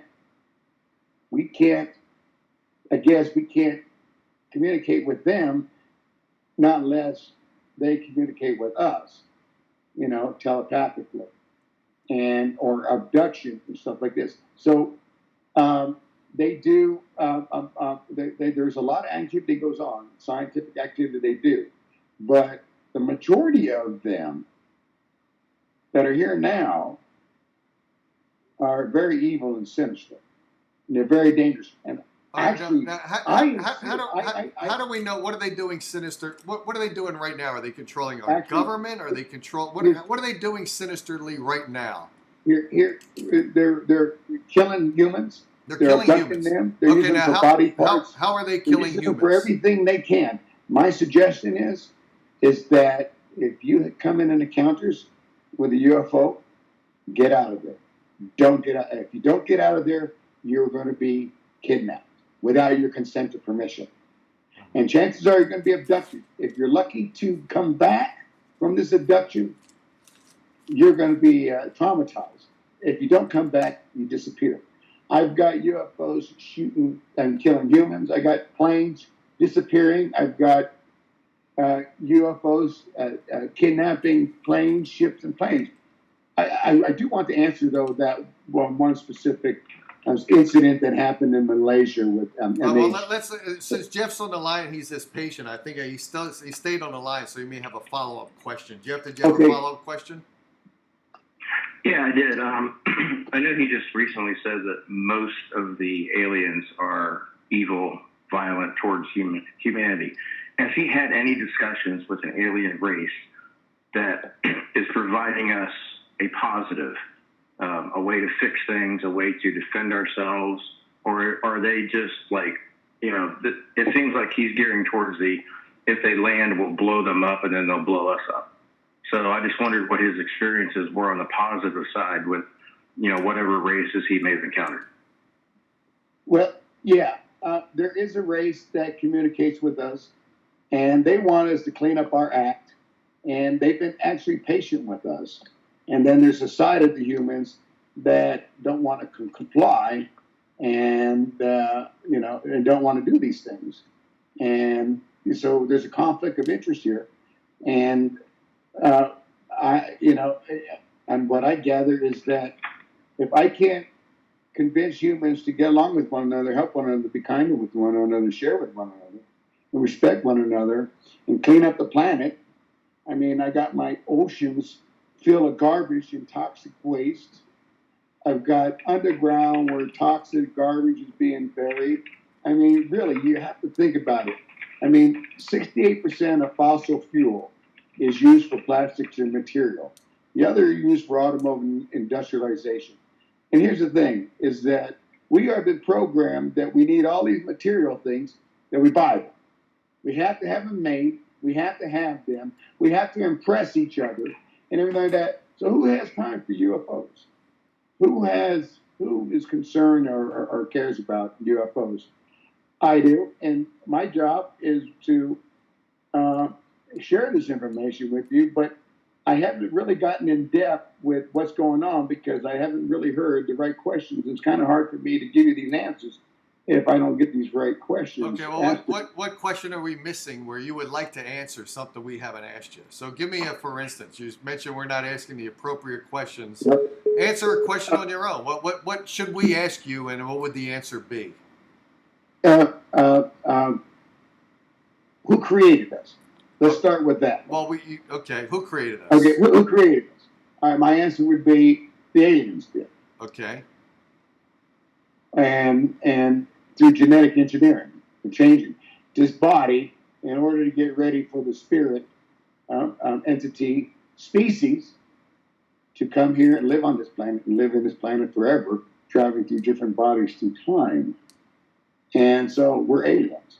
So that would be my answer to that question. Okay, who created us. So now the problem would be for us to identify that we are created by aliens is a difficult process because we have only studied DNA for a short period of time.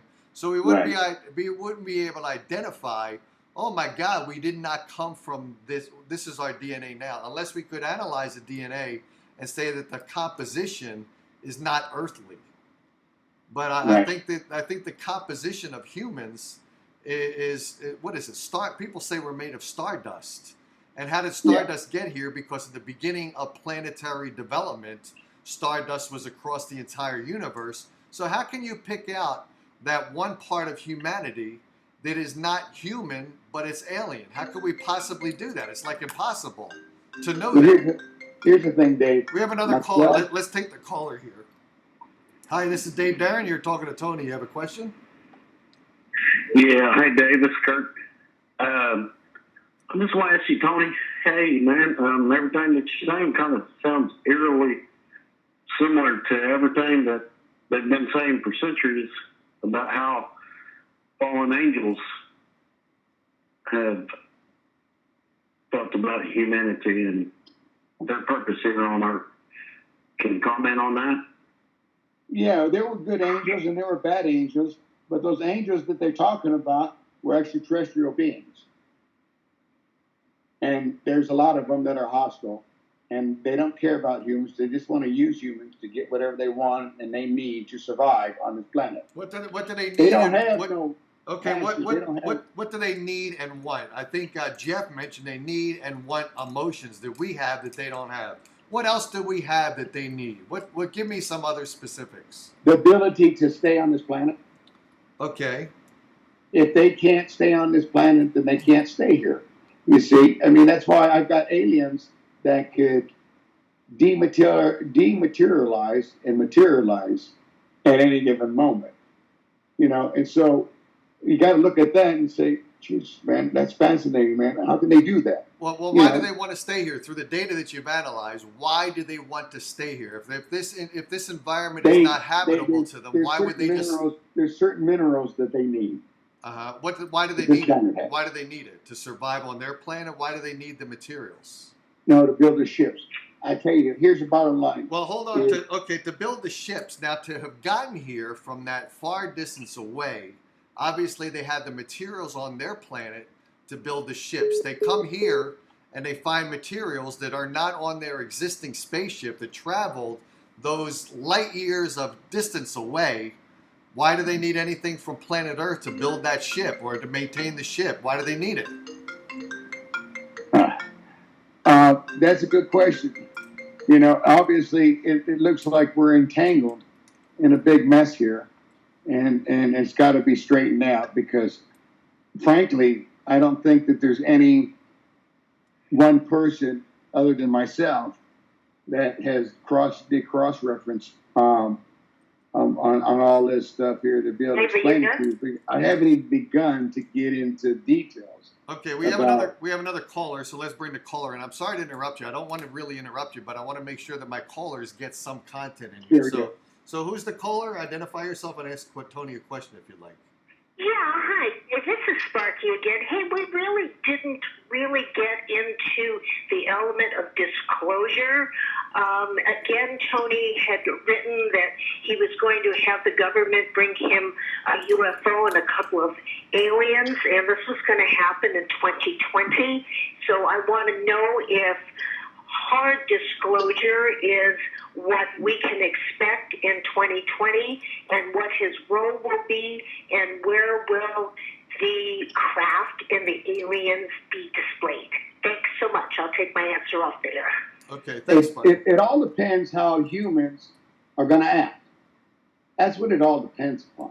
It's just like you can't shock someone by just popping up out of nowhere and saying, hey, this is what we got. These are aliens, blah, blah, blah. Next thing you know, you got questions. Who are they? Where are they from? What do they want from us? How long have they been here? What are they doing here? And all these questions are going to come into play. And it all seems to come down to it is they have to see them first to believe. Well, I And think that's the thing I think that I'm trying to avoid, because I've been filtering this information out for 49 years. I've been filtering it out on the internet for 27 years. You see, since 1995. If you haven't come to terms with believing that they exist and that you might be descendants from them and that we have these types of species living on this planet, then what are you going to ask when I show you these things? What are the questions you're going to ask when I show you these things? Because you're going to sit there and you're going to ask me, where are they from? And I'm going to tell you, well, I don't know. What are they doing here? Well, it looks like they're doing a lot of scientific study on humans. And how long they've been here. Well, we have some that's been here for over 300,000 years, maybe longer. You see, so there are so many, many, many different kinds of species that we don't know about.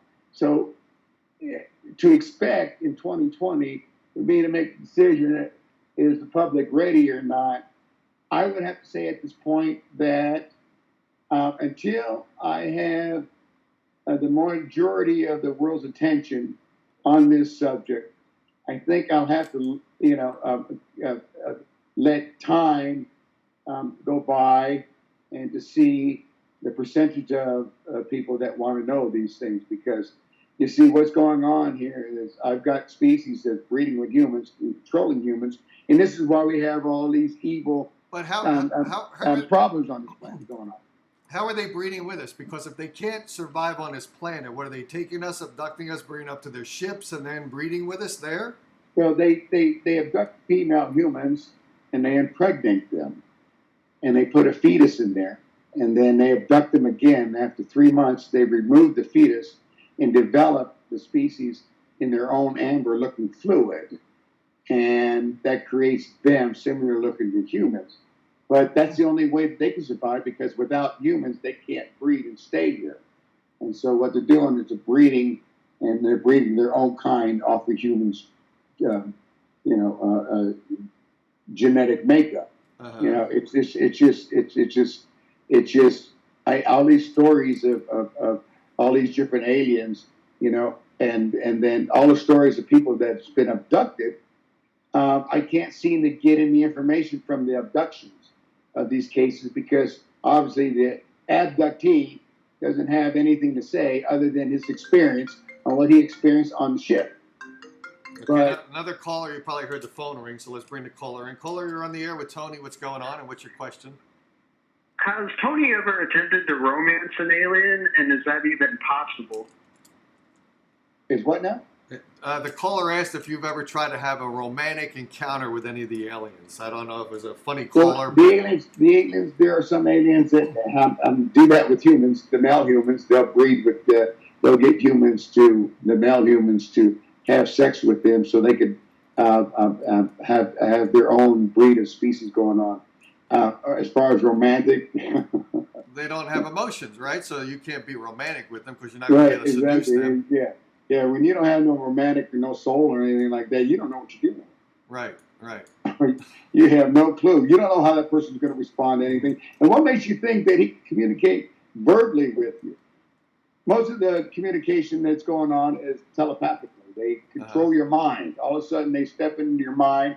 They take control of it. They tell you everything's okay, and they do whatever they want with you, and they kick you out of the ship. If they need you, they keep you. You disappear. You know, I have people coming and going off this planet all the time. You know, and if you think that there aren't civilizations that exist here, there do. We know that there are UFOs. There's a UFO base on the moon. That we do know. We know there was old civilizations in Antarctica, that old civilization that were from space that exist there. How about some of the melting in the Antarctica? Is it uncovering anything that's giving us any indication that aliens were there, are there, have been in the past? Any of the melting of the Arctic ices? Speaking of the melting of the Arctica and Antarctica, you got to ask your question: why is this happening? Why are we having a meltdown? How about climate changes and everything like this? Do you know that all the bombing that's going on in the Middle East, that when that bomb hits the ground, it creates a combustion of air, and it moves the atmosphere, the air. And people wondering why we're having these climate changes and the weather changes and like that. Well, you need to understand, well, why are they disposing lithium out of chemical trails, out of planes? NASA seems to think that, you know, this is the best thing for humans. Yeah, right, sure, when actually lithium is, you know, when they started doing chemtrails, what that does is it's a chemical that when the aliens come into this planet, they have to absorb this, and they're hoping it'll kill them and stop them from coming in. But if they try to tell you that it's to shade the planet from the sun's solar rays and everything, I say, what do you want to try to do? Turn this freaking planet into a desert? You know, you want to block the sun and everything? What gives mankind the right to destroy this planet? And this is what I'm so upset with it. And all humans want to do is know about UFOs and do they exist, and they want to see one. Yeah. I have major problems existing on this planet, and I can't touch bases with every one of them because every one of them is going to take some time to explain and get you to understand and get you to believe is another thing, and try to break you from the spell that the aliens have underneath you. That's impossible because, you know, I've got a lot of aliens that are in governments that aliens control. And I've got, you know, generations of aliens that breeded with humans that are in political offices around this entire globe. You know, and for me to say that from the evidence that has been gathered, I have no other choice but to say these things because the evidence is right there and it shows me that this is what's going on. Okay. How do we get, like, if you come on again in some future date, how can I get some tangible physical evidence from you to convince a person like me who's very doubtful? Like, I haven't seen an alien. I've seen pictures of people sending me stuff where they took a camera image and they show a light that's going across the image on the camera, which I could recreate if I took a camera with a slow shutter and I moved it on my lamp here. I could create that image. I see things. I see Bigfoot, but I've never seen any clear visual indication of what this person looks like or this being looks like. How can I get tangible evidence from Tony, since you're involved in a lot of stuff? How do I get you to come to the program with some material, some foundation to convince a guy I'm not going like to do me? that. I'm not doing that. I'm not interested in that. Why not? I'm above that. I'm sorry, but you know, that's it's just I don't need to prove anything to humans. If I tell you these things, if you believe them, that's good. But if you want to get this information off of YouTube, and you want to get these stories that people are in contact with the Antareans, the Venusarians, the Syrians, the Pleiadians, and all this stuff, and they communicate with you, well. But what I'm trying to do is I'm trying to have one of the only shows on the air that actually is creating an interest in the topic based upon real data. And you came on here and you said you have data, you've compiled data for 49 years. So I want to get that data in front of my audience so that they're more believers, so that I believe more. Well, here. I have no idea how to do that. Here's what we do is we don't carry original documents, okay, first of all, because that's not the top proper protocol. What we get, what I receive is copy of documents and stuff like that on this stuff. Like, for instance, well, you have a briefcase there, because someone was saying, Tony, what are you looking at? You mentioned there's a briefcase. What's in the briefcase? Can you show us something that's in the briefcase? Let's see what you got there. Well, I posted this. These pictures of UFOs long time ago. Okay. This is a passport, a silver disc shaped object that we have. Okay, move it off to your left a little bit more to your left. Your left. This way? No, the other direction. This way. Okay, so we see a picture of a spacecraft there. Right. Now, then, of course, now let me mention this to you. Hold on. Let me mention this. We see pictures there. Now, let me tell you this. I'm a science fiction guy. I love old science fiction, 1950s. I watched recently. I watched the what is it? The Three Ghosts and all that. Is that a picture? Okay.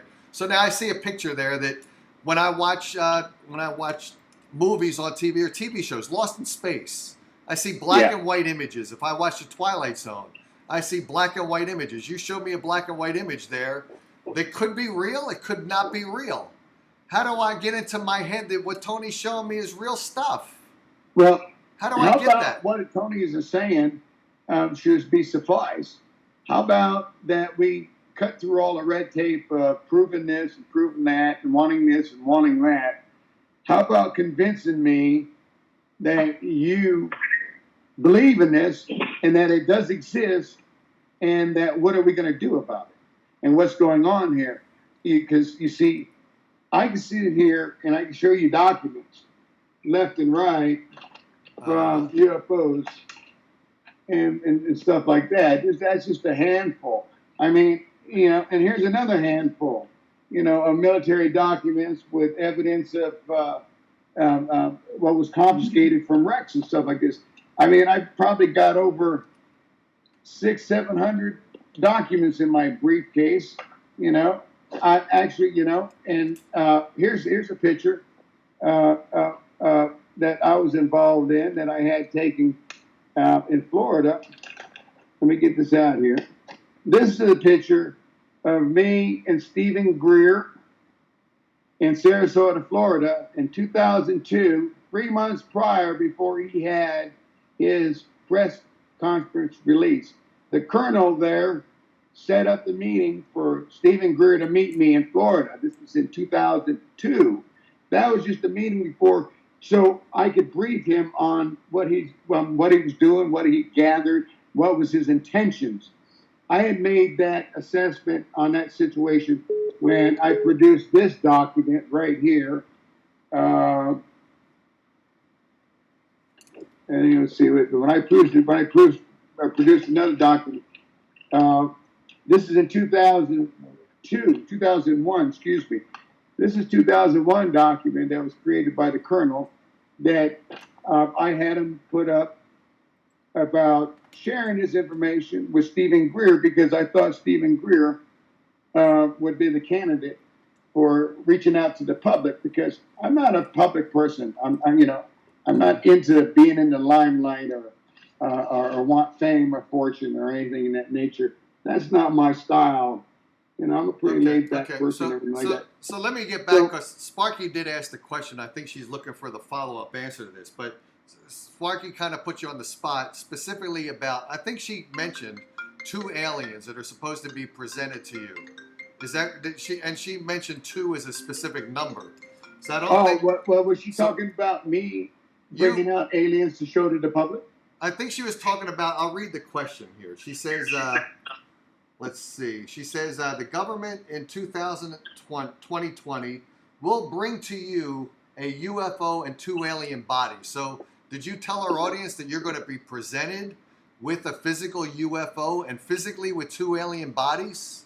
I didn't say two alien bodies. I really didn't mention how many, but I thought about it, and it's very possible that if I could, in 2020, if the people could convince me that they're ready to accept this, I'm ready to accept it. Aside, Forget everyone else. I think myself and my audience tonight is ready to accept it. We're here having a conversation with you for 2 hours. We are ready to accept it. I did make reference about doing that, showing the public. Yeah. Okay, so why not forget the public? Forget about the public. The public's not interested in me. I'm interested in entertaining and giving my audience facts and seeing things.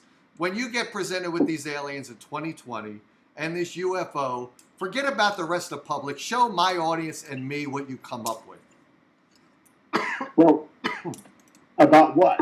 Okay, so Sparky said, and I think you said, that you're going to be presented with a UFO and aliens. I made reference on the internet that I was going to show the public UFOs and alien bodies. Okay, so show that us. I do. When? That I do. When that I did say. When is that going to happen? Is there a specific date? Do you have like a date in mind? I haven't decided when in 2020. But if it doesn't happen, well, then obviously I feel that humanity is not ready for this now.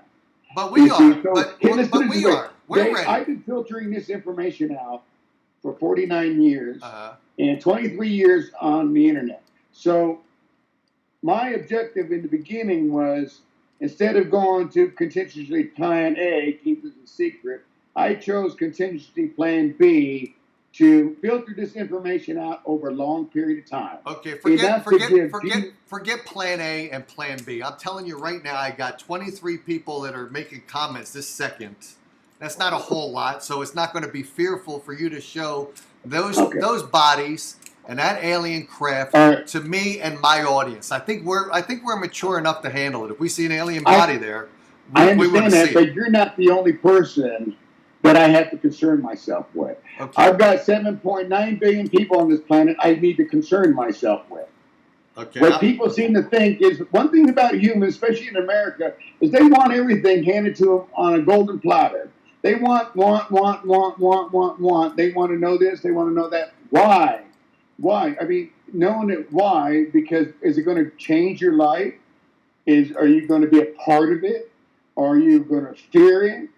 I have to think about all these things that you're going to do if this ever happens. You know, so filtering this information out over a long period of time to sink in for humans to absorb has brought this to a point right now where it's at today. How about me? Can you introduce me to an alien? Can I come there? You're in California. I'm in Arizona. I can't get permission to come there and see an alien with you, right?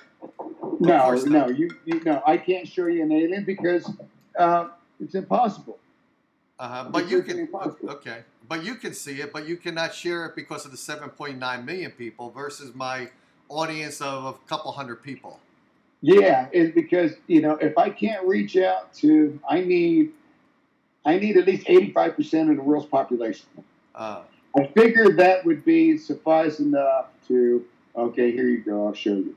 But right now, we can't even talk. We can't even talk to our neighbor next door. How are we going to reach 85% of the population unless the alien wants to present himself and say, guys on Earth, you're screwing up, like Day the Earth stood still, and comes here and shows us on their own. Can you convince them? Can you convince the aliens that they better help out the human race by exposing themselves to us? Could you have any impact? Can you talk to the aliens and say? Right now I'm in conversation with a few of them. Okay. And what's going on is that I'm trying to convince them that there is hope for humans and that humans will come around and humans will understand. And their concern is that the condition of the planet. They want us to clean it up. And they want us to get rid of our atomic energy. Because they know that humans are so sinister and evil that if they push a button and these atomic bombs start going off, it's going to blow up this freaking planet and everybody loses. Good and bad loses. That's the thing, you see. I'm trying to convince them that, hey, listen, you know what? I accept the fact that there are good Inhumans and there are bad Inhumans, like there are on other planets with different aliens that are coming here too. I also believe that on some other planets, they're in their primitive stage of development. Some aren't. Some are hostile, some aren't. Do the aliens know where all of our atomic weapons are? I'm sure that they have the technology to pinpoint exactly. Yes, they do. Okay, so now, Yes. and there's a lot of aliens that are surrounding our globe, right? Many aliens. There's many aliens, Yeah. many spacecraft. So now, why, if the aliens are fearful of our nuclear weapons and our nuclear devices, and I'm sure that they probably have a way of extracting them or making them inactive by a ray gun. They probably got that, right? All these incidents that you see on YouTube and from the military stuff with UFOs flying over military silos, they disarm them. Okay, so It's now like like the Benwater incident in England. Okay, so now we've got 1,000 forest. We've got 1,000 silos. Let's say we have 1,000 areas where nuclear devices are being stored. You mentioned that the aliens have a means of deactivating them, and they've got, and there's a lot of alien spacecrafts around the planet. If they wanted us, if they say that we're endangering ourselves by having atomic weapons, why don't they fly all of their spacecraft? Maybe invisible to us. Maybe they've got some kind of device where they're not visible to us. They're over a silo. Another spacecraft is over this silo. Another spacecraft is over New Jersey. Another one's over Chicago where we got a silo. And in one instant, just neutralize them all, and they're all inactive. In Russia, in the United States, why don't they do it in one shot? Disable them all. They do it all over the place. Why don't they do it because entirely? They don't want you to see them. They are in fear of you. They think we're a dangerous species. They're in fear of us again. If we shoot at them, they don't want to go to war with us. But if we continue to shoot at them, and because of what they're doing, we don't know which ones that are we don't know all the ones that are doing creating a problem, but there are a lot of them that are, and so all of a sudden they're over we'll use that for an example. They're all over the cities, and everyone's looking up and say, a lot of people is going to panic. Plain and simple. They are going to run for their lives. They are going to be scared. They are going to think that they're going to come through their door. They're going to think all kinds of things. First of all, it's okay for us to sit here and talk about these things because our lives are involved in these things. But outside these groups and organizations of the people, the masses that are involved with wanting to know more about UFOs, let me give you a percentage. Okay, so we have 319 million in this country. I would say that maybe 19 million are actively involved with UFOs, versus and the rest of the people don't have a clue. Mm-hmm. They don't watch this stuff in the country. They show you whatever they want to show you all over the country. You are programmed to believe in that you have to watch this. You got to watch the Hillbillies. You got to watch Andy Griffin's show. These are things that they've been showing in the Midwest, in these towns, to these people because they don't want them to know or educate them to know these things are going on here. Right now, you and I can sit here and go back and forth and share UFO information with each other, and we can get it and we can understand it. But as far as I'm concerned, as far as the masses are concerned, I'm more concerned with the masses than a handful of human beings that are so eager that all I want to do is see a UFO. That's it. Alien bodies. That's all they want. That's all they want of everything. Everything that they're involved in right now with UFOs, people with conventions and stuff you see on TV, all they're doing is showing all these things all over the world's going on. But not one of them. Well, maybe they want to see an alien because they're hoping that they're so evolved compared to us being de-evolved. They're thinking that the aliens are going to be our saviors. They think that the aliens are going to be our saviors. I think that there's less fear out there than the government or you think there is. I think when we want to see an alien, we're thinking about hope. We're thinking about hope. We do have species that care about us. That I can tell you. Okay, and then they care about our safety and well-being, and they are in contact with us, and we're trying to work with them and sort out these things here. But these problems can't be solved between aliens and humans. These problems got to be solved between humans and humans. Okay, Carrie asked the question. Let me get to Carrie, who's been patient with the question she had, and she was going to call in, but she asked the question. You mentioned how humans were created. Who created humans? Who created the aliens? Who created them? According to the aliens, they don't know either. They don't know. No, they don't know. And what they do believe in is they worship the universe as their creator. And even they don't know who created them either. That's what's so mind-boggling, is because they don't know who created them either. So it's like we don't know who created us. It's like them, they don't know who created us. But what people fail to understand is that the universe is infinite. It has existence.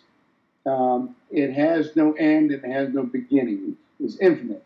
And not only that, but what humans fail to accept and believe is that they won't be able to make deep space exploration. It's impossible. Your mind could turn over.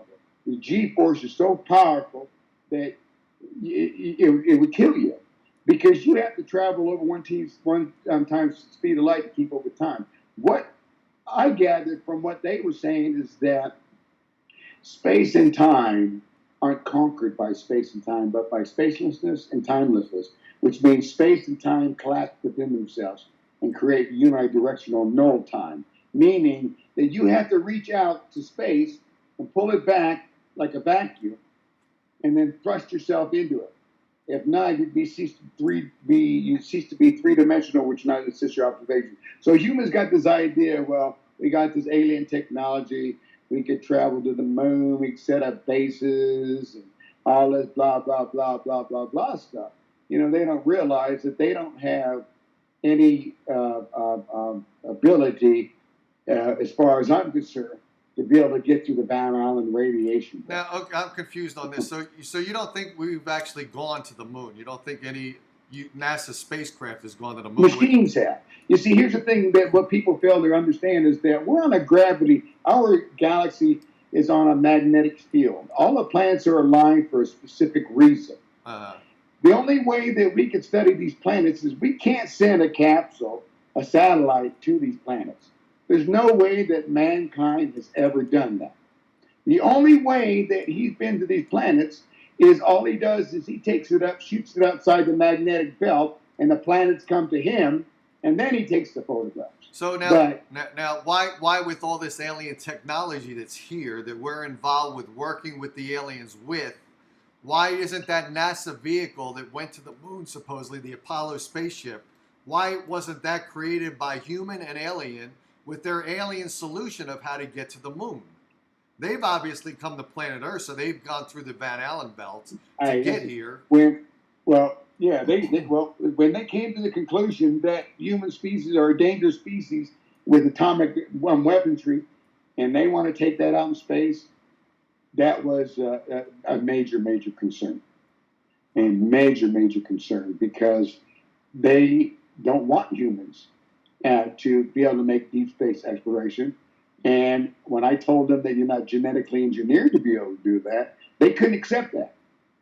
You'd have to have a stationary atmosphere with the outer ring spinning to keep up with time.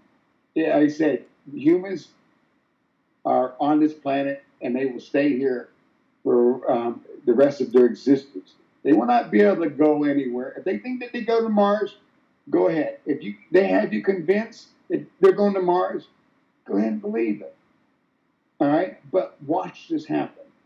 Watch to see this happen. Because here's the thing is, if NASA shows you pictures of the satellite station orbiting Earth, how come you never see any stars in the background? And then when you do see UFO objects, they white it out.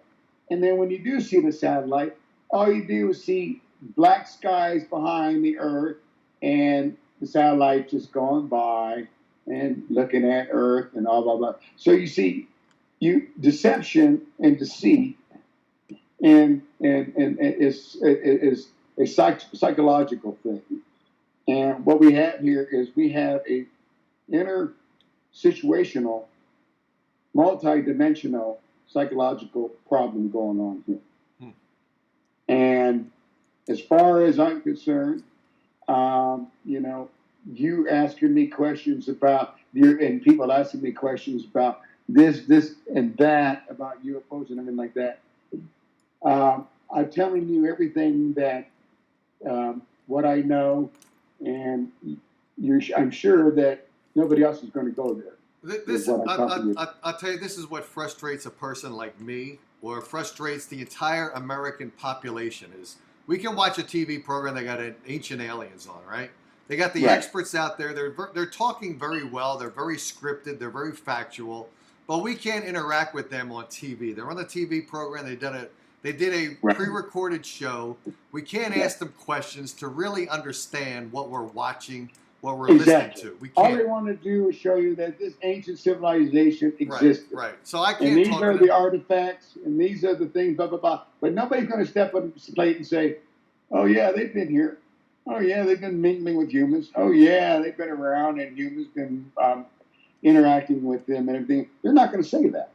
They're not going to tell you anything. Everything is programmed, and what they want you to know. Right, but you're telling us that. So what everyone in you're right, everyone in the United States, and you mentioned everyone wants to see that alien. You said that before. You said everyone wants to see it. You won't show it to us unless you have 85% of the population watching the Dave Darren show to see the alien with you. If I had 85% of the population, you would be showing us an alien, correct? You would be doing that. Yeah, I probably would, yeah. You would probably do because you see, I would be convinced that humans have evolved. And not only that, but I want them to show me that if they want to see UFOs and aliens and stuff like this, clean up my planet. Clean it up right now. I've got a serious major problem that you need to concern yourself instead of concerning yourself up in space. I'm tired of all this complaining and wanting and needing and all this stuff, but nobody makes the effort to stop them from destroying this planet. You seem to think that it's okay to have these wars. You seem to think that it's okay that they take trillions of your dollars that you work for and give it to other countries and invest in wars and weapons and everything like that and watch them kill themselves instead of making yourself better, making this planet better. 85%, I did say a long time ago about fossil fuel. 73% of fossil fuel is used for plastics and material that you are convinced by their subliminal messages on advertisement that you need these products. You need this, make it pretty. You need this, that. These are all plastic. These things are made out of oil. You're taking the oil out of the ground. These are the things that I'm discussing that the aliens would discuss with humans, that you're taking the oil out of the ground, and that oil is supposed to lubricate. It lubricates the axis of the land underneath the earth. It lubricates it. You take away that oil, it locks up the planet, and it causes it to shift and create an earthquake. And if it doesn't have an earthquake, it has a volcano eruption to let out the pressure. You see, this is the oil. Humans took oil and they turned it into plastic and material. 73% of fossil fuel is so toxic to this frickin' planet that they can't stop having it. Everything you look at around you is made of oil in some shape, way, or form. And they got you convinced that you need it. But you don't realize that carbon monoxide and these poison gases are destroying the atmosphere. You clean up this planet first. If you clean up this planet, I might consider having the military bring this stuff out. But right now, I'm not considering it because you sit around, you complain, you want this, you want that, but you're doing nothing to stop what the damage you're doing to this planet. So this is what the aliens want the humans to do. So we will never see an alien in my lifetime or many, many lifetimes because we will never clean up this planet to the degree that you'd be able to convince them to show themselves. The only way that you know what? I like to say that I got hope. I like to say that I got hope and faith in humans, and that they would change their ways and everything like that. But I know that they want to know about UFOs, so I'm trying to explain to them, and I filtered out this information for 27 years. What part of believing don't you understand? Why are you insisting on me showing you these things and wanting these things and trying to get me to see these things? And you're just a group of people of maybe 19 million. You know, you don't care about the rest of the world. You don't care about the rest of the population in this country. All you care about is everybody that's involved with UFOs is I want to see one. I want physical proof. That's all you're concerned about. You don't care about the repercussions. You don't care about where they came from. You don't care how they interact with humans. You don't care about our species. I think we do. I think we do. I think we care. For instance, instead of if you weren't there, but an alien was there, and I was having dialogue with them, and if an alien was presented to me, I'd be asking them every single one of those questions. I'd say, where did you come from? Why are you here? Do you find the human race to be a desirable race to be talking to, being with? Do you find us to be... Yeah. I would ask every single one of those questions. Right. And the way it looks like now is that they don't want you to know. The humans don't want you to know these things. You mean they don't want us because if they let you know these things, they will lose control of you. Huh. And you think that just because I've got 19 million, I just grabbed that out of the air, that you're all believers. And you all believe that they've been around and all this stuff like that. But did you care about the other 300 million? Did you care about 7.8 billion people and what they thought? So, what really bugs me is that no matter what I put out, no matter what I explain, no matter what I share with you, and you have all these things here, right now you're at a point that it's possible that you might be able to see aliens. But right now, at that point, where I'm at right now, is you got to show me, because they want you to show them too, and you need to clean up this planet.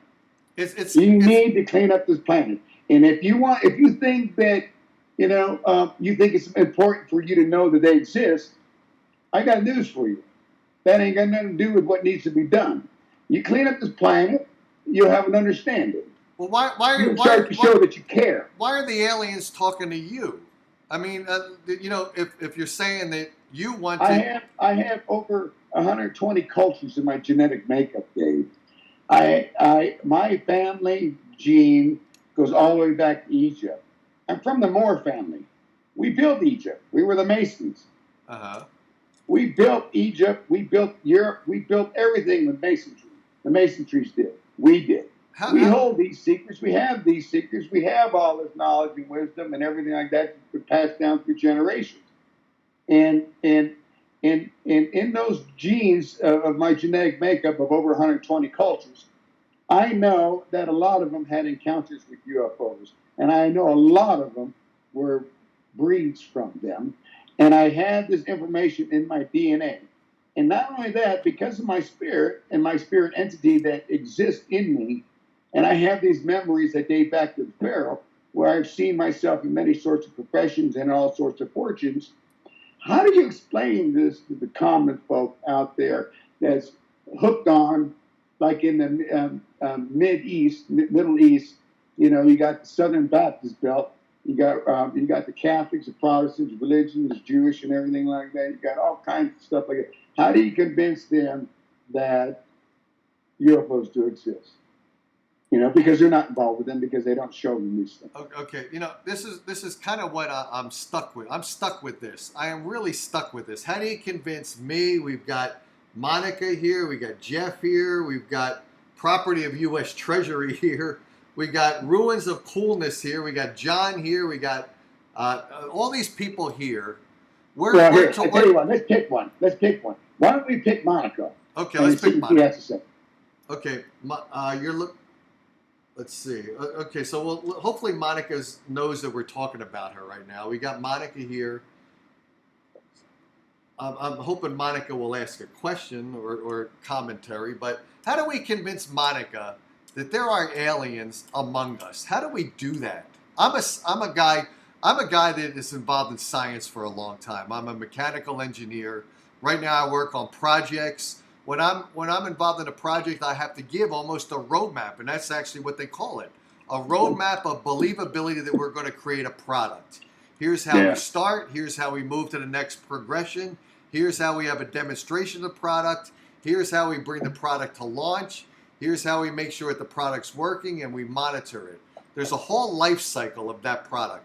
How do I get my audience to believe that there's aliens based upon any They already do. They already do. If they didn't believe in them, they wouldn't be on their. They wouldn't be members. You know how many groups of UFOs that are on the internet right now? I mean, there's a lot. A really, really lot of them. And they believe in it, but they haven't seen anything that's visual, hand delivered proof where they can touch it. They haven't. Well, that's what I mean. Well, hey, listen. If you're not out there in stargazing, or you're not out there in a desolated place, a deserted place, or anything like that, away from civilization, you might have an encounters. But as far as you thinking that you could, I'm waiting for a UFO to come in the sky so I can see them and believe them. I mean, seriously, you got to ask yourself: is that the intelligence of a human being? Is that all they want? Is that all they want? I mean, is that all they want to see? I mean, I don't want to just see. I want to understand them. I want to see the alien. I want to ask him the questions like I'm asking you. What? Okay. So you have that. That's a good point, Dave. And I respect you for that because I believe that people should have a right to understand these things. But on the same token, I have to take into consideration the repercussions that it might create from the masses, not from the people that believe in it, not the people that research and that. They're already believers, but you have those that don't, Dave. And so we have to take all these things into consideration here. And I have no objections, with showing them. And I do have a lot of UFO groups and people that are interested in knowing these things. But where do you draw the line after filtering this information out for 49 years to a point where they actually get it? They actually believe it. Where do you draw the line on that other than, well, I've been involved with UFOs for 10 years and I want proof and I want to see one. I've been involved for 3 years with UFOs. I want to see one. I've been involved for 20 years. I want to see one. I want physical proof. I want blah, blah, blah, blah, blah. It's a process, Dave. It's a process of filtering this information out into you so you can comprehend and understand what's going on.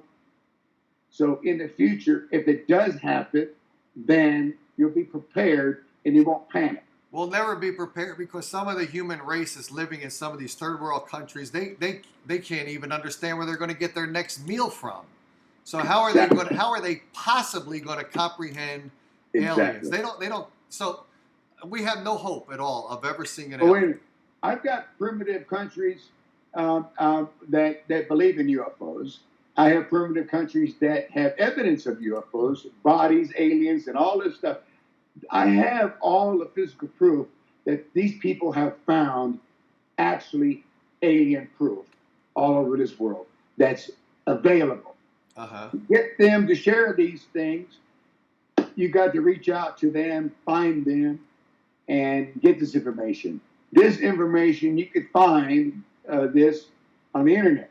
You can find this on YouTube. Maybe you can give me one. I can contact this person, or you can contact them on my behalf and say, there's this guy, Dave Darren, who's a real pain in the ass. I was on his show for 2 hours, and he's still skeptical because he hasn't seen any tangible physical evidence that I can't share with Dave.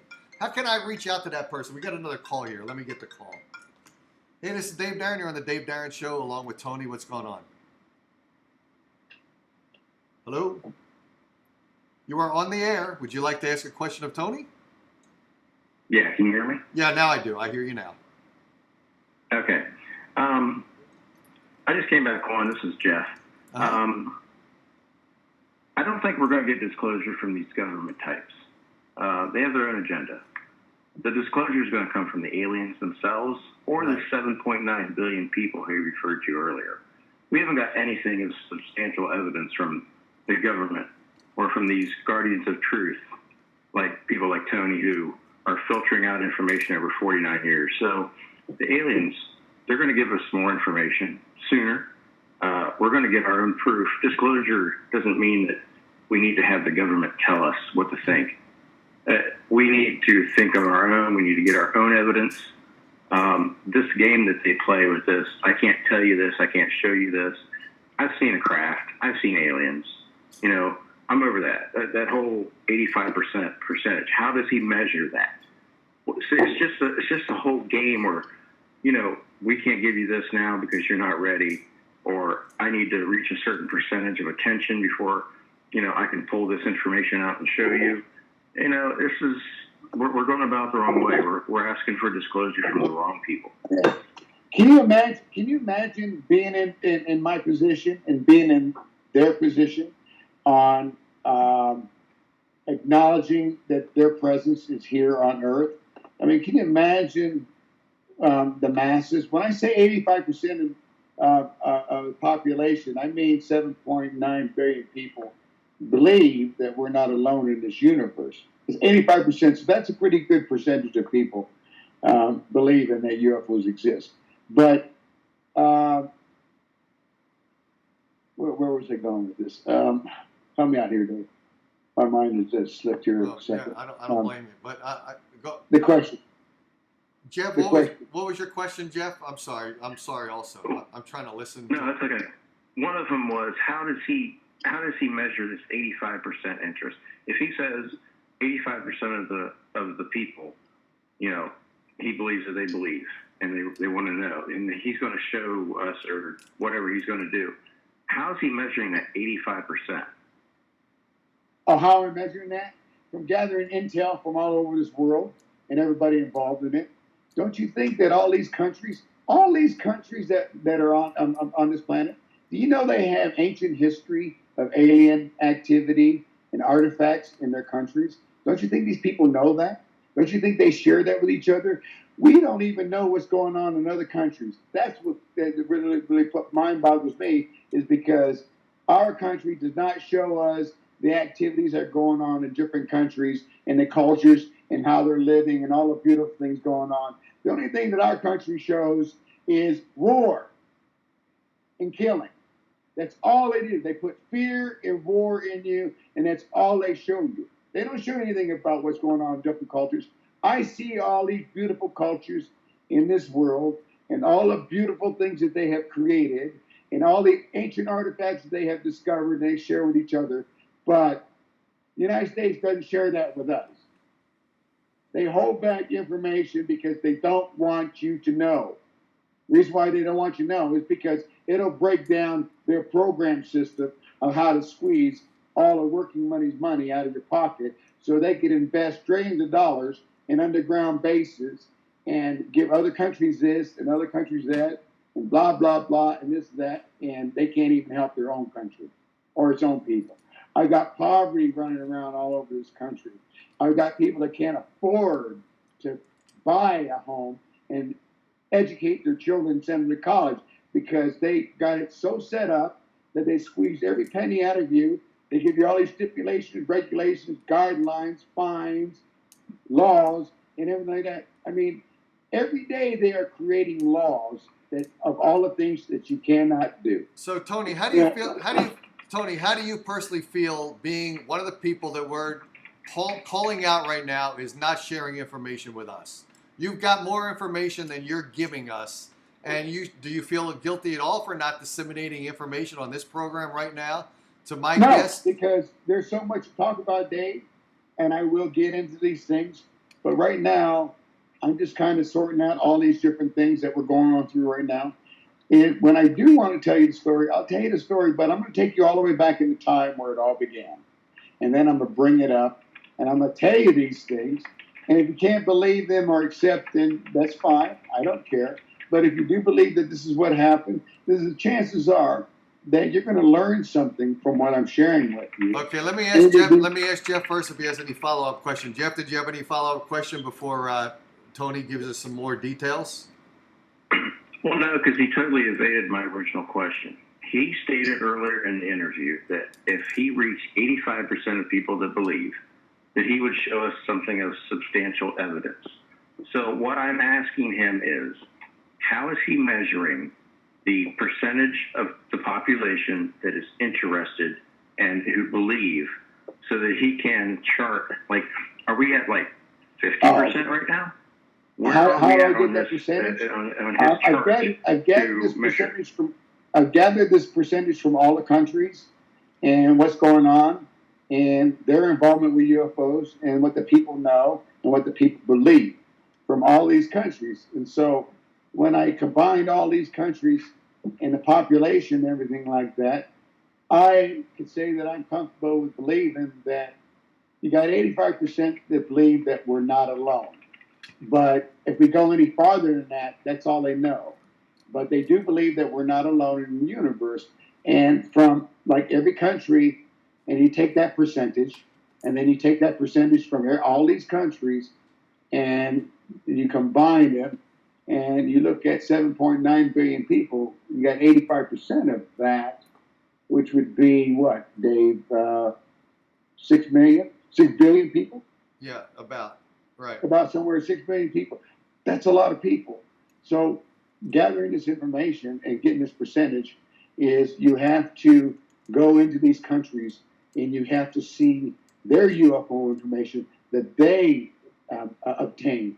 You have to look at their population and try to understand if they believe and all this stuff. So if you've got different populations all over the country and you do all the percentage of them knowing these things, then I guess basically 85%. I could be exaggerating. It could be less, or it could be more. But roughly around that area there is, I do have a planet that's interested in UFOs somewhere around that percentage. You do have a planet that is at 85% right now that you would be willing, if you were on that planet, to disseminate this information to. Is that what you're saying? Yes, that's what we're doing now. We've been filtering this information out now. To other planets. Have you learned anything from it? I'm not sure I've learned anything tonight at all, but there's another planet out there that you're engaged with that has an 85 percentile. That right now you are sharing this. You are introducing that planet to the aliens surrounding that planet. Is that what you said? No. I'm talking about Earth. Yeah. I'm talking about Earth's population. Right. I thought you were. In their percentage of belief system. Uh-huh. Yeah. I mean, I've got countries that control people and give them what they want them to believe in, so they control them. I mean, it's a mess. Let's put it this way, Dave. It's a mess, and there's a lot to untangle, and we're not going to be able to get into it tonight. And we're not going to, because I'm going to have to. If we're going to dissect this problem, let's dissect it from 5 points: a government point of view, a military point of view, a scientific point of view, a religious point of view, and a public point of view. So we have to discuss where we're going to start with this. I prefer to go with the scientific, religion, military, government, and public to be able to explain these things. Okay. Well, right now, there's a lot of confusion going on here, and those are some good questions that your members are talking about, and your callers are asking me how I got this 85%. All right, so I hope that I answered your question as to how I was able to find this percentage of 85%, which is roughly, I'm not saying I'm correct, but somewhere in that range, I've got the planet that believes that we're being invaded. Why? I mean, their UFOs exist. Why? Because everyone around the world in all the countries have seen UFOs and okay, stuff. you know what we're going to do tonight is we're going to call it quits for this evening. And what I'd like to do is everyone that joined the show tonight, I'd like each of these individual people to come up with a question. We'll have you on again, and I want you to answer the question with. Well, I'm going to have you answer the question with 3 sentences. All right, that's what we're going to do. I want the people that listen to the show tonight to compile some real questions for you, some Keep real it to the serious, point. and I want you to stay on point. So we'll have you on again after we compile these questions. All right. Good And enough. in the meantime, what I want you to do is, since I can't see an alien, it's coming up on Christmas time. I want you to have an alien send me a Christmas card, okay? Right on. That's a good gift. If I cannot get an alien to see him, I want a Christmas card from an alien. I'm going to hold you to that, all right? What's wrong with sharing a Christmas card with me? Exactly. I Right. agree with you, man. I agree. Right. If it was so complex, Dave, I wouldn't be this way. And so, in order to get to the origin of their existence and how they became here, well, we'd have to go back in time. Now, if I go back in time, I want you to be honest. I'm going to be honest with you. I can't tell you exactly, but I could give you a rough idea of what went on. You're not going to do that on this show because I've got to get out of here tonight. But this is what we're going to do. I'm going to hold you to this, too. I'm going to get all these people here to ask a question. There's probably going to be about 40 questions, all right? We're going to get 40 questions compiled. We're going to have you on the show. You're going to answer every one of those questions within 4 sentences. If you go to a 5th sentence, I'm going to cut you off. And we're going to go to the next question. We're going to do like this a game show, all right? We're going to have a question. Ladies and gentlemen, I'm new at this. This is my first time face-to-face and with asking questions. I know that I went on Third Phase of the Moon with Blake, but it was a phone conversation. And after listening to the interview or the tape, I did pretty terrible because I didn't have anyone with any intelligent questions to be asked. I appreciate the intelligence that come out of your people. They have legitimate questions, and these are things to be answered and stuff like this and that. And hopefully they would have some more. And they will. And they will. Dig deep. And you know what we should do to make this fair? This is what I think would make it fair, and what will help you to keep it brief. When I get these 40 or 50 questions from tonight's guest, I'm going to send a list of questions to you. So then, instead of rambling on, let me say that instead of rambling on, you'll be able to then instead of rambling on, you're going to be able to take the question. You're going to be able to say, Dave's only going to give me 3 sentences or 4 sentences to answer. I'll give you the questions ahead of time. You can pre-rehearse your answers to the questions, make them logical answers. Then we'll have you on the show to answer each question one by one with your 3 to 4 sentence, brief but very clear and concise answer to the question. That's a lot better.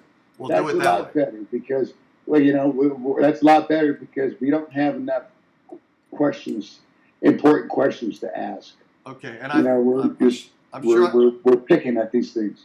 Right, and I think we can do that. I think that'll make it a really great show. Is to have the 50 questions from these questionnaire people tonight. All the people making comments.